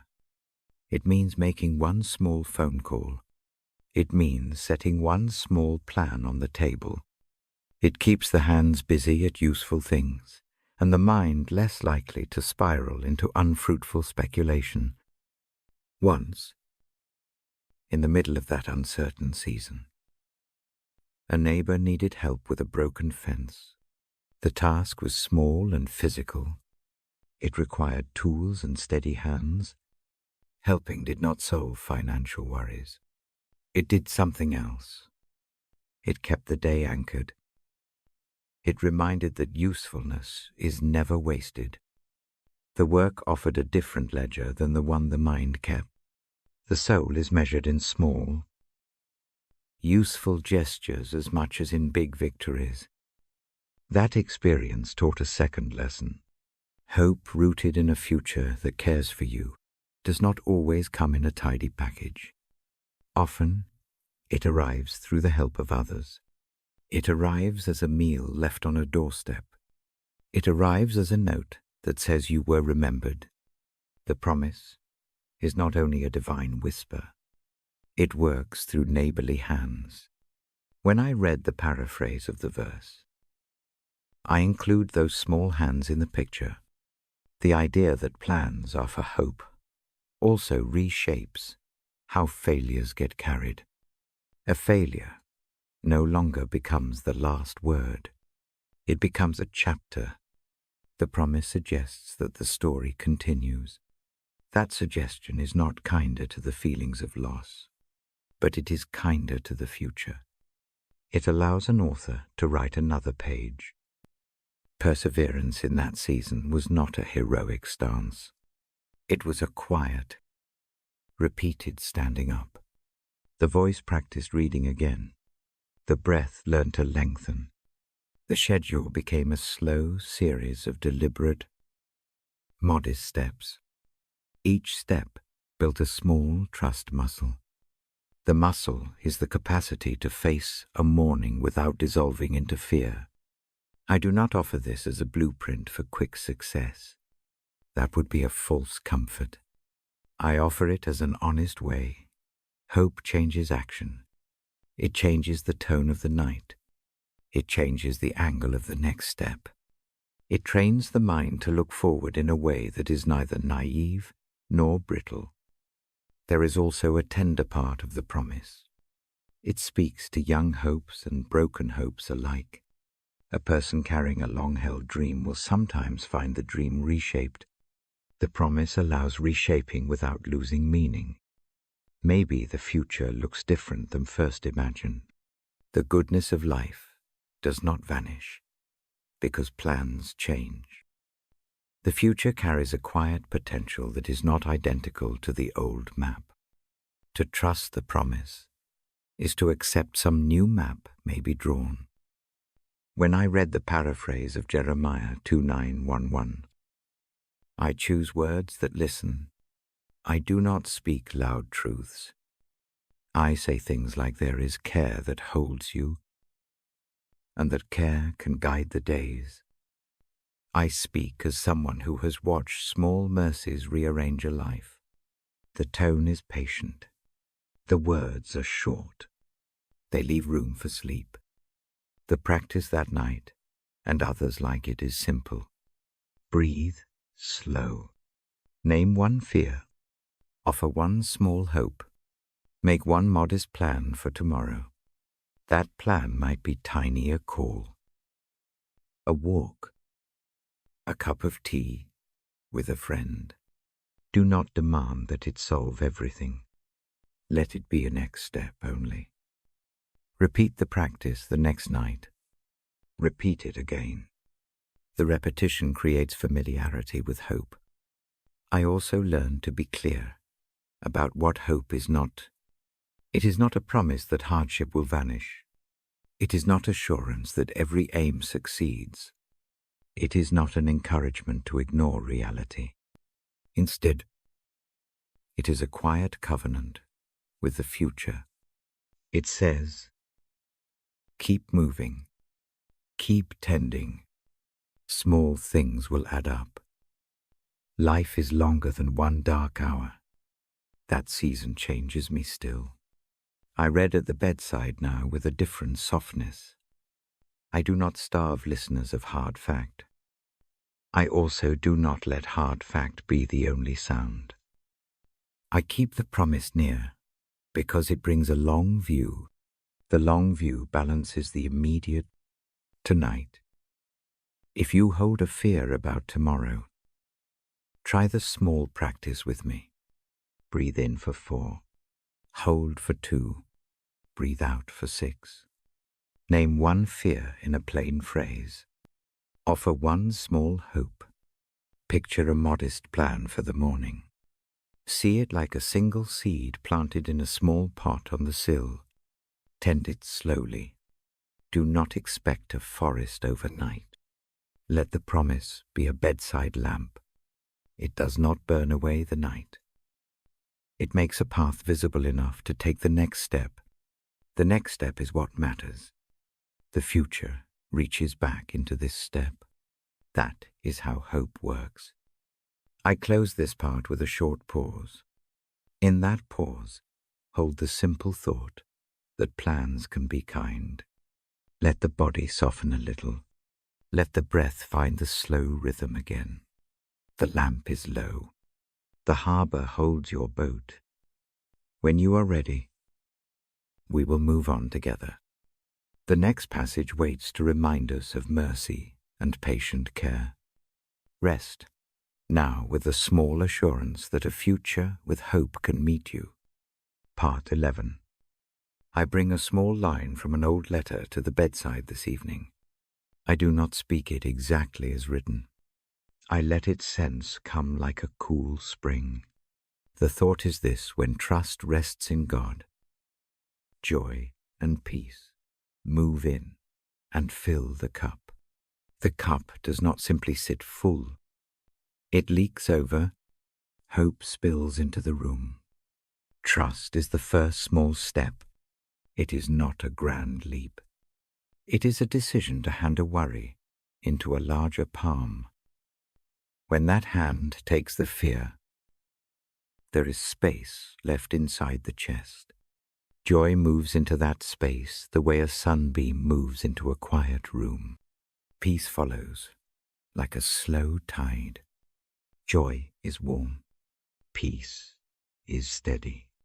Together they change how the day feels. I keep the language plain, because the night listens for simplicity. Joy here is not always bright laughter. It can be a quiet gladness at a cup of tea, a steady sense that the next breath will not be the last. Peace is not always the absence of trouble. It is the ability to stand in trouble without dissolving. When these two live together, hope follows. It grows like ivy along a low wall. It creeps into corners you thought empty. Hope is the overflow. It is the part that reaches outside the cup. When the cup is full of joy and peace, a neighbor's hand can find a drop. A stranger's burden can be softened. That overflow makes hope visible. It moves in small acts. The fruits of the Spirit are the signs of this overflow in ordinary life. The list of those fruits reads like the inventory of daily mercy love. Joy, peace, patience, kindness, goodness, faithfulness, gentleness, self-control. I do not debate their order. I watch their shape. I notice them in small ways. Love shows up in a neighbor who brings a warm loaf at the end of a hard day. Joy appears in a laugh that softens a sudden tension. Peace arrives when an argument ends with a hand offered instead of an answer demanded. Patience bears the long, dull tasks of caregiving. With a steady face, kindness is the person who closes the door softly so others may sleep. Goodness is the hand that helps without being asked. Faithfulness keeps showing up for the long appointments that change lives slowly. Gentleness corrects without wounding. Self-control is the pause before a sharp word. I have a quiet memory I carry into nights like this. A woman I know works long hours and returns home to restless children. She has little time for grand gestures. Yet in the mornings, she makes a small, fast gesture, a note folded into a lunchbox, a sandwich cut into neat pieces. Her patience there is ordinary and true. The children do not remember every note. They remember the warmth of being seen before the day begins. That steady care is a fruit that looks small, but grows large inside families. Sometimes the fruits appear in me in ways I do not expect. In a cramped waiting room once, a man struck up a story that could have been met with irritation. Instead, the handful of people listening let him finish. A soft question followed. The man left lighter. That gentleness was not theatrical. It was an overflow from somewhere quieter. I think of that night often. The small patience in that room is the kind of harvest that Romans hoped we would find. The Spirit's work often shows in the ordinary choreography of days. A phone call that calms, a word that does not fix but comforts, a meal left when one cannot cook. These are not dramatic miracles. They are steady evidence that joy, peace, and hope are moving among people. I invite a small image now. Picture a well in a village. The well is deep. It has been used for many years. When someone lowers a bucket and draws water, the first cup fills quietly.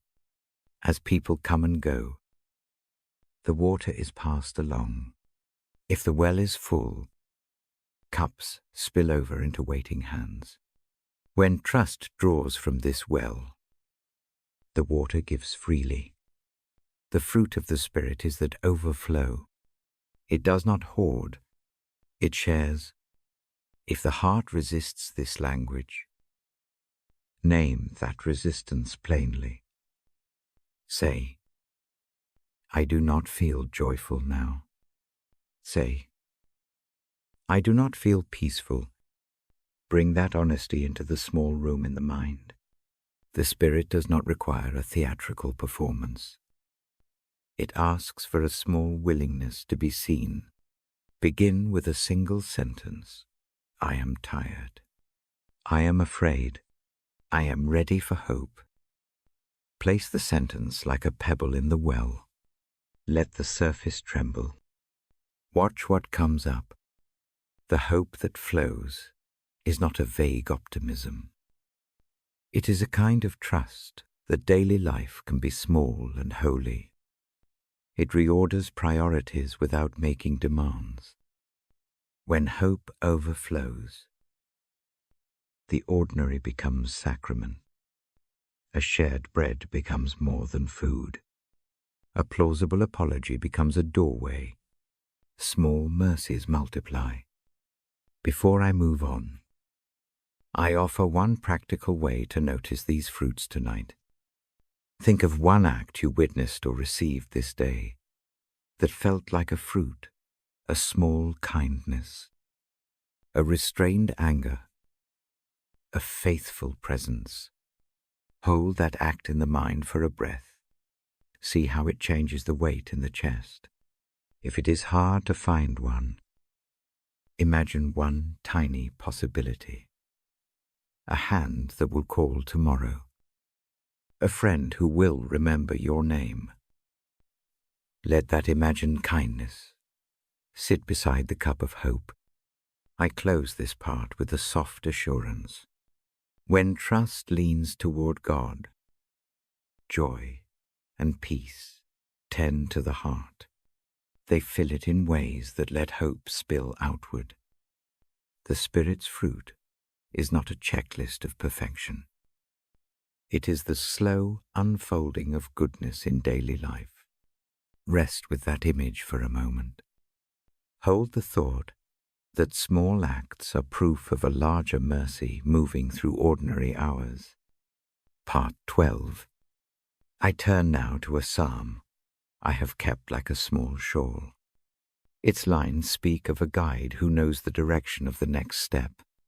The words do not preach stress. They lead the ear into rest. They describe a presence that leads to green meadows and calm streams. The image is a shepherd and a field, a path worn by careful feet. The shepherd is not distant.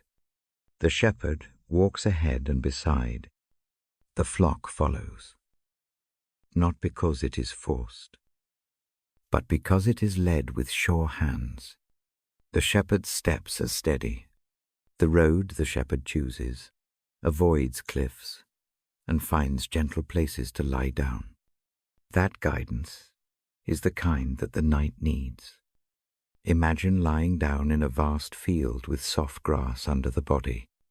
The sun leans low. A stream runs nearby.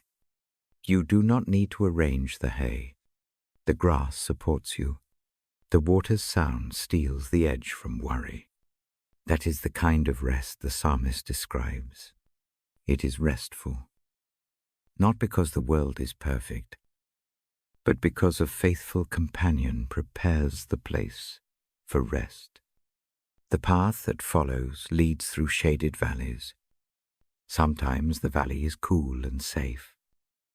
Sometimes it is a dark place where the shape of things is uncertain. The shepherd carries a staff and offers a guiding hand. The staff steadies. The presence comforts. It does not promise a life free of shadows. It promises a companion in them. There is a line about a table set and a cup poured. The image is plain and domestic. A table comes to mind because it is ordinary and intimate.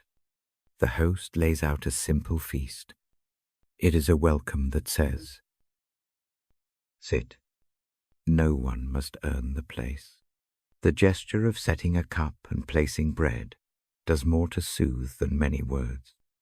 Hospitality becomes a kind of prayer. I remember an evening when that image mattered to a tired friend. Work had been long. A letter came that carried bad news.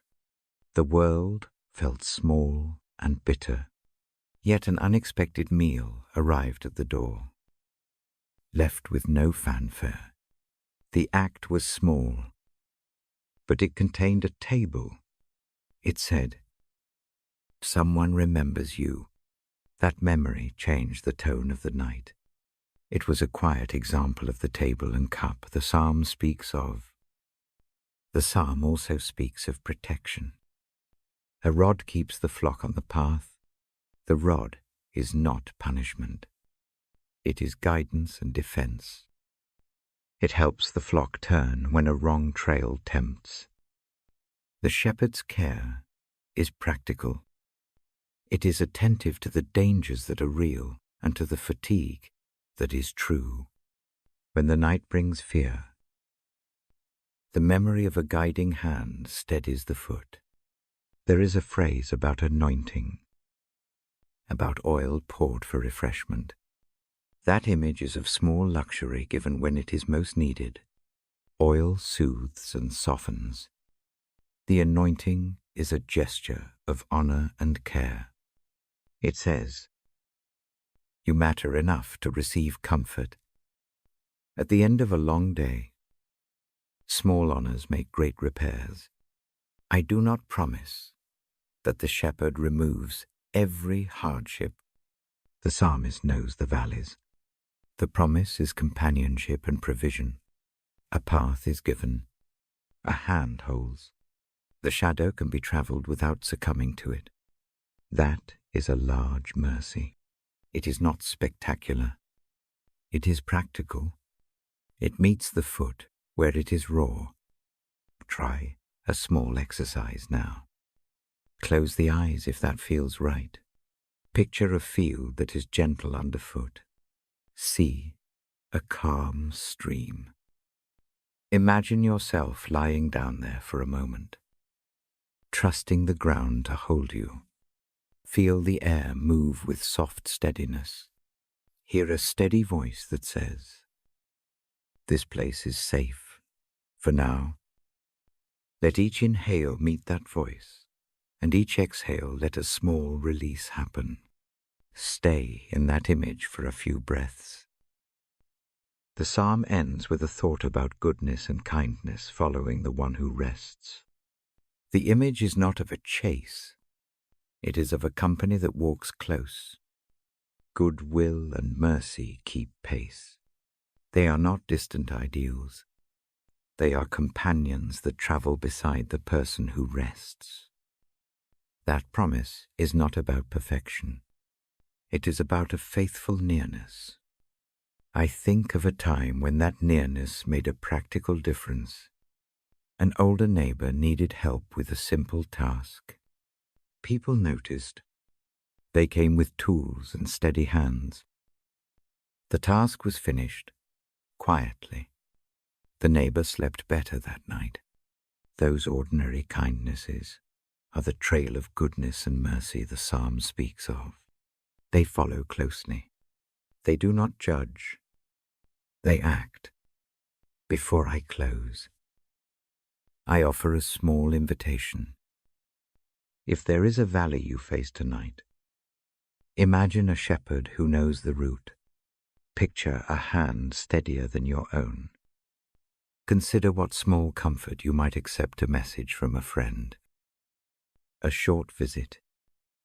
A simple prêt. These are not grand solutions. They are the steady provisions of a faithful guide. I fold these images into a short blessing. Rest comes when a good guide leads the steps. Drink from a calm stream of thought. Lie down in a field made ready for your sleep. Let the presence near you do the tending that your hands cannot do right now. Allow goodness and mercy to keep pace with you as you close the eyes. Take one last slow breath with me. In, hold, out. Let the exhale carry a small easing. Imagine the shepherd's hand on the shoulder. Picture a table set. Feel the river at your feet. If sleep comes, let it. If peace comes slowly, let it arrive in small degrees. I remain here, reading softly, until the night grows still. The psalm's promise is a gentle companion for the hour. Rest in that company. Part 12, The Shepherd's Fold. I settle into a very quiet voice. The lamp on my side table is nearly dim. My breath keeps a steady, slow pace. I read to you as I always do. Tonight the words come from a short, familiar scene that has soothed many hearts. I do not recite the line word for word. I paraphrase the image so it can rest softly in the ear. Imagine a shepherd who knows each footstep of his flock. He knows where the grass grows soft and where the stream runs calm. He walks before and beside them. He looks, then bends, then gently calls. The flock does not hurry. They follow the steady step. The pace is unhurried because the guide moves with care. I tell a small story now. It is simple. It is meant to fold the mind into quiet. There is a valley tucked between two low hills. The valley catches the last light of day. Grass lies smooth like a green blanket. A narrow river brings a steady, low music. The sound is small. It is like fingers on a cello string. It soothes the edges of thought. A shepherd lives in a small cottage at the valley's mouth. He rises with the dawn. He walks the fields at a slow speed. He knows 100 small things about each of the sheep a limp in one step. A favorite patch of clover. The way a lamb will wander and then return when called. He does not hurry. He tends. One evening, a traveler comes into the valley. The traveler's shoes are tired. The traveler's hands carry a bundle of worries. The face is drawn with lines from long waking. They stop near the stream. The shepherd ambles close with no question asked. He brings a cloak and offers a place on the low stone by the water. He does not ask for the story of the bundle. He simply spreads the cloak and points to the grass. The traveler sits. The river makes a slow, regular sound. The sheep move like a quiet conversation nearby. The shepherd bends to cut a thin reed and makes a small stool. The two sit there without fuss. The traveler loosens a strap. The shoulders drop a fraction. A long inhale happens. Almost unnoticed, the body begins a small repair. I describe the shepherd's care because it is the kind of presence the night often needs. This shepherd does not fix everything in a single move. He offers rest.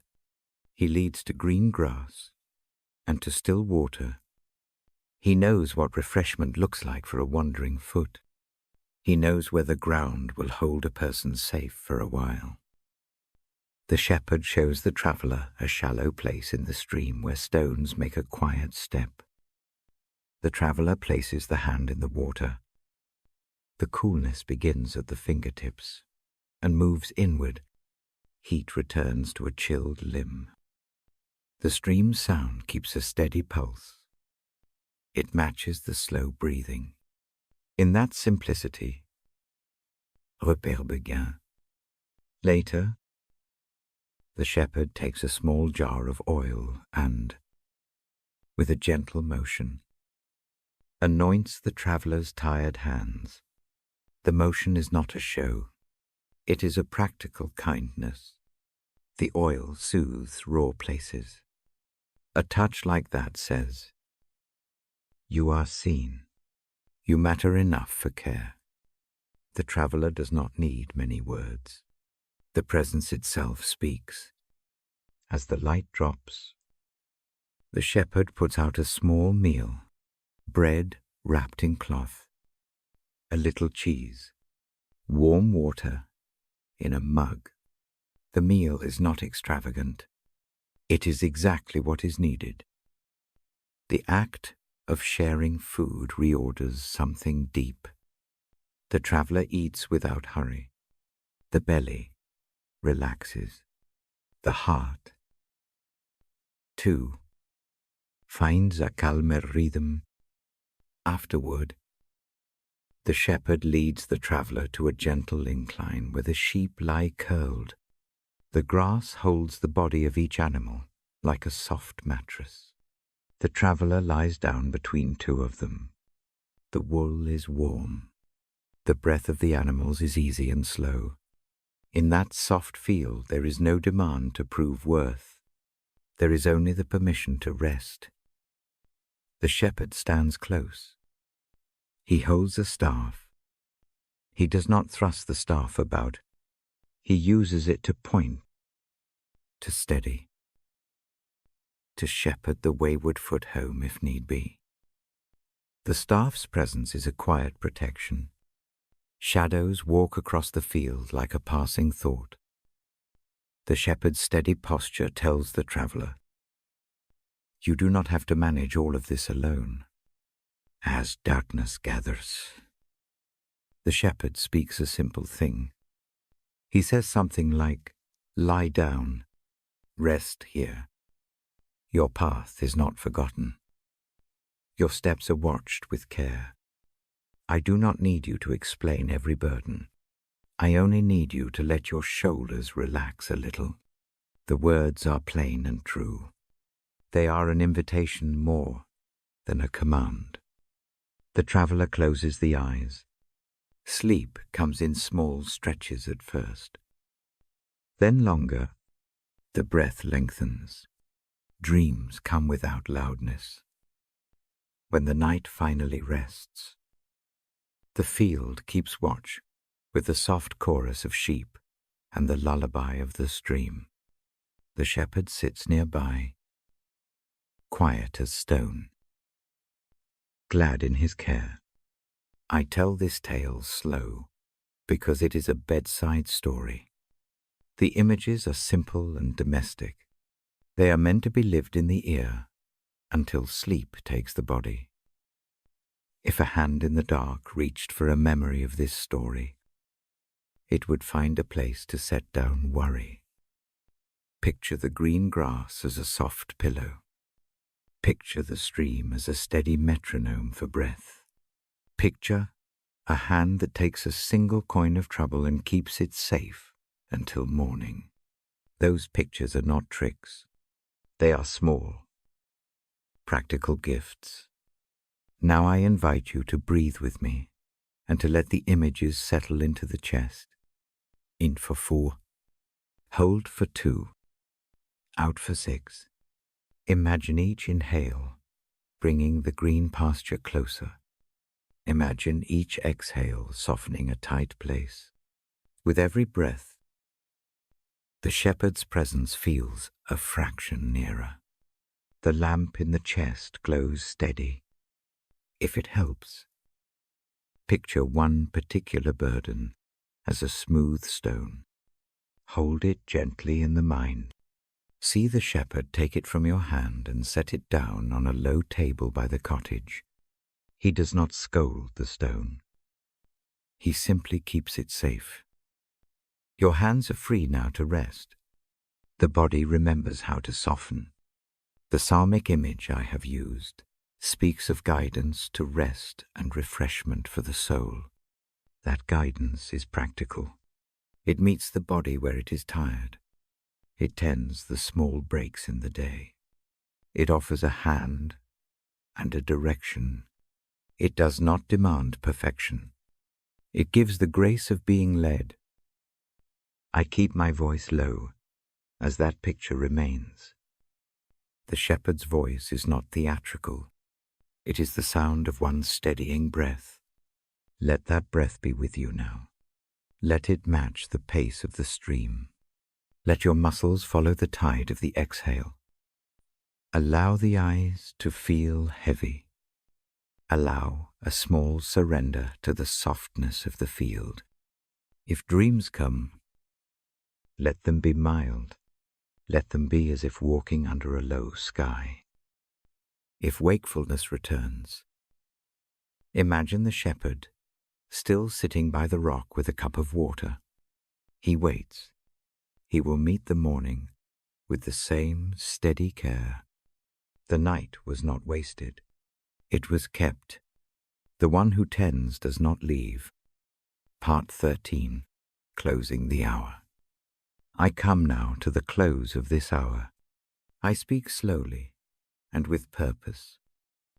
The house of the night is quiet. The lamp on my table casts a small, steady circle. I have read. I have told a small story. I have offered images to hold as sleep comes. Before I leave the bedside, I give a final invitation. Place your hands where they feel most comfortable. Let the jaw loosen. Let the spine find the mattress. Breathe slowly. In for 4, hold for 2, out for 6. With each breath, let a small letting go happen. Name one short sentence in the mind I am allowed to rest. Say it gently. Do not make it performative. Let it be a fact. I remind you of the shepherd and the field. Keep the green grass in the chest. Keep the sound of the stream like a rail for the breath. If worry returns, imagine the shepherd taking one small piece of it. He will not require an explanation. He will keep it safe until morning. That image will carry you through a short vigil. I also offer a quiet benediction. I do not preach. I do not litigate. I only speak a calm wish. May mercy meet you where you are tired. May kindness find you in unexpected forms. May hope keep a patient watch. These are small hopes. They do not solve everything. They are enough for this night. If you like, think of one small act you will do tomorrow that will tend to the day. It can be as simple as stepping outside for a single breath of air. It can be calling a friend for 5 minutes. It can be taking a cup of tea and holding it without scrolling a phone. Make the plan small so that it feels possible. Leave the rest for the morning. I remain a few moments in the quiet. I listen to the slow sounds the night offers. The house breathes. The street is distant. The world is allowed to be still. My voice sits low and near the pillow. If sleep comes now, let it. If it comes later, the images will be here when you wake. When you are ready to close your eyes, do so as if closing the cover of a book you will open tomorrow. Trust that the lamp in the chest keeps a small, faithful light. Trust that the shepherd of the field walks near, steady and sure. Take one last breath with me now. In, hold, out.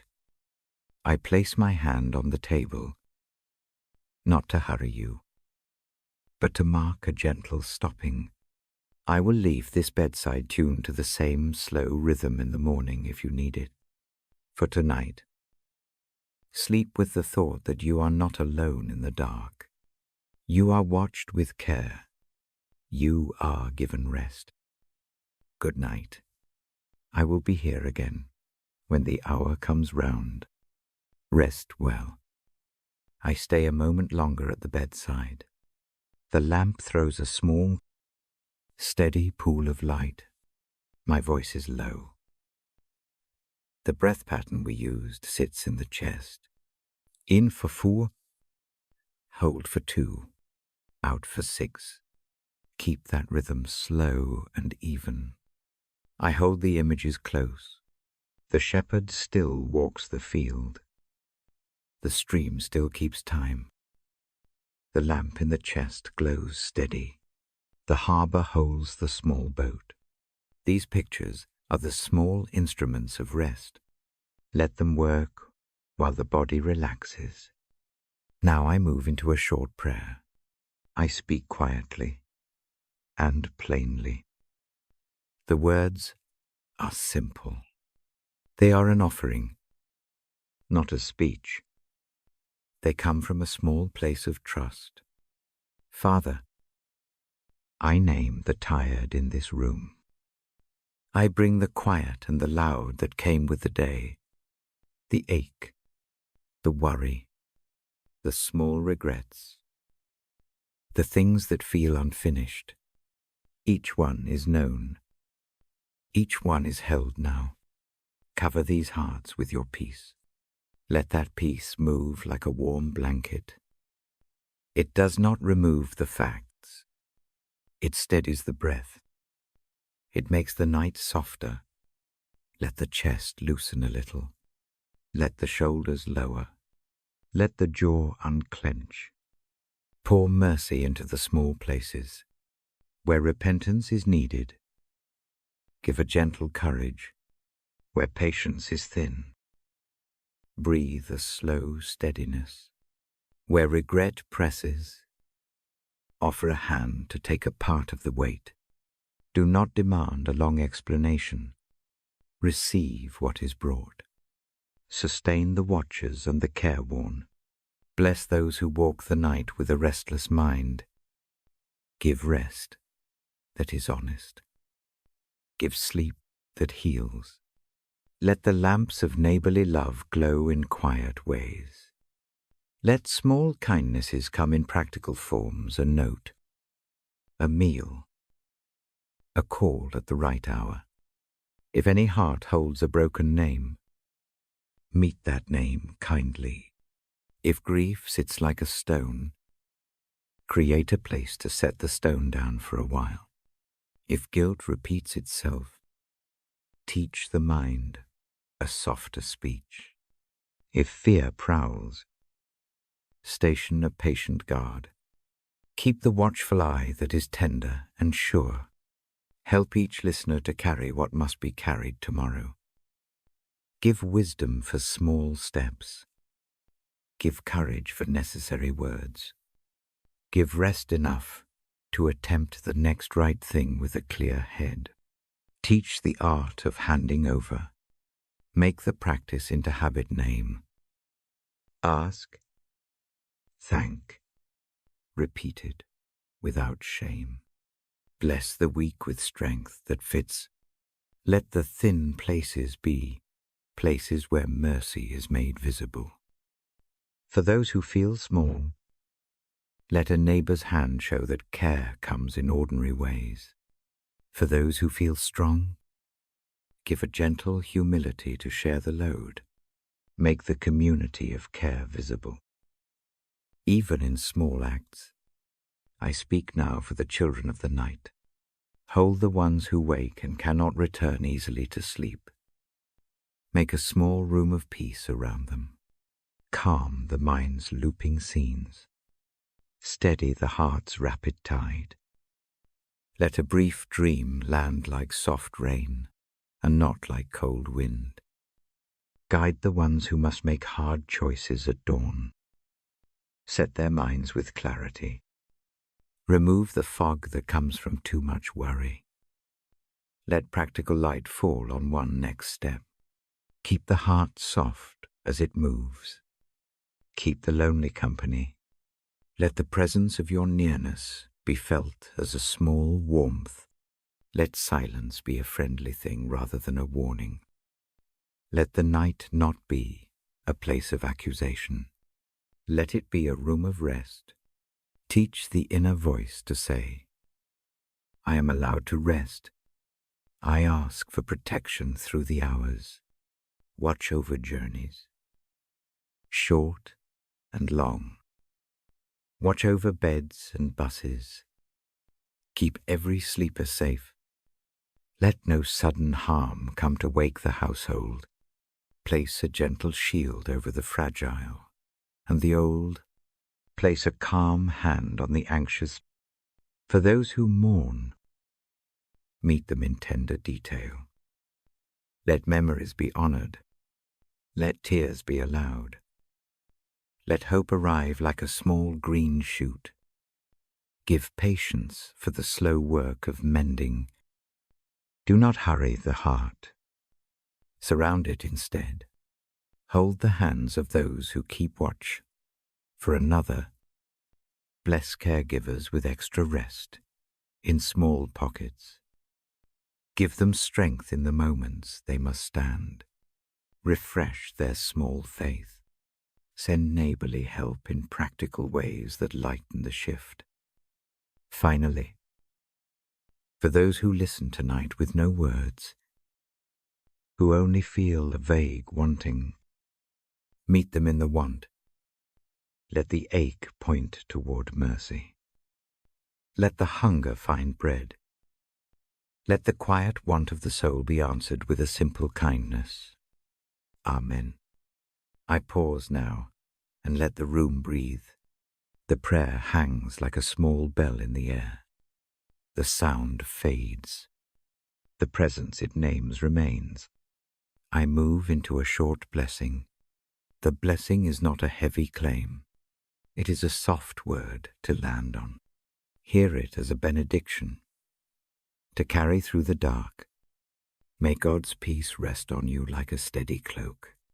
May it keep the chill off the shoulders and the sharpness from the mind. May the breath find its steady measure. May the heart know that it is not alone. May mercy meet every small mistake. May kindness be the first response you give yourself. May you receive the quiet forgiveness that lets the soul soften. May your shame grow small beside the large kindness of God. May hope be given in small measures. Let one small good thing be noticed tomorrow. Let one kind voice come. Let one door open enough to take the next step. Keep the future gentle in your imagination and patient in your waiting. May the lamp in your chest glow steady. May the shepherd of the field stand near. May the stream of calm run at the edge of your thought. May goodness and mercy find you and walk with you. May safety be certain. May no sudden harm touch this house. Let the night be practical and kind. Let the body heal. Let the mind rest. Let the soul find a small harbor. Go to sleep as if returning to your true home for a night. Lie down with one small act of trust. Place one worry on the imagined windowsill. Close the shutters of the day. Keep one tiny hope in your pocket for the morning. In the name that holds small things and large, be kept. Rest under the care that will not slip. Be still and know that you are watched with love. Amen. I let the silence follow the prayer and blessing. The silence is a gentle companion now. It is not empty. It holds the images given. It keeps the breath pattern near. In for 4, hold for 2, out for 6. Repeat a few times in the dark.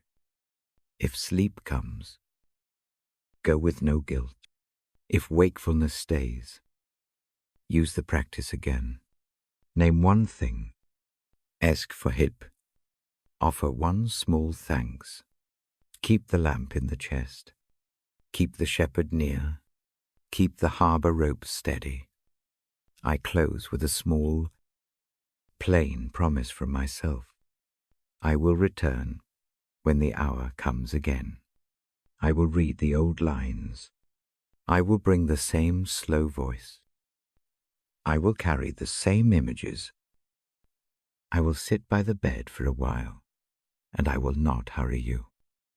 Turn the pillow. Let the blanket feel heavy in a good way. Allow the body to relax.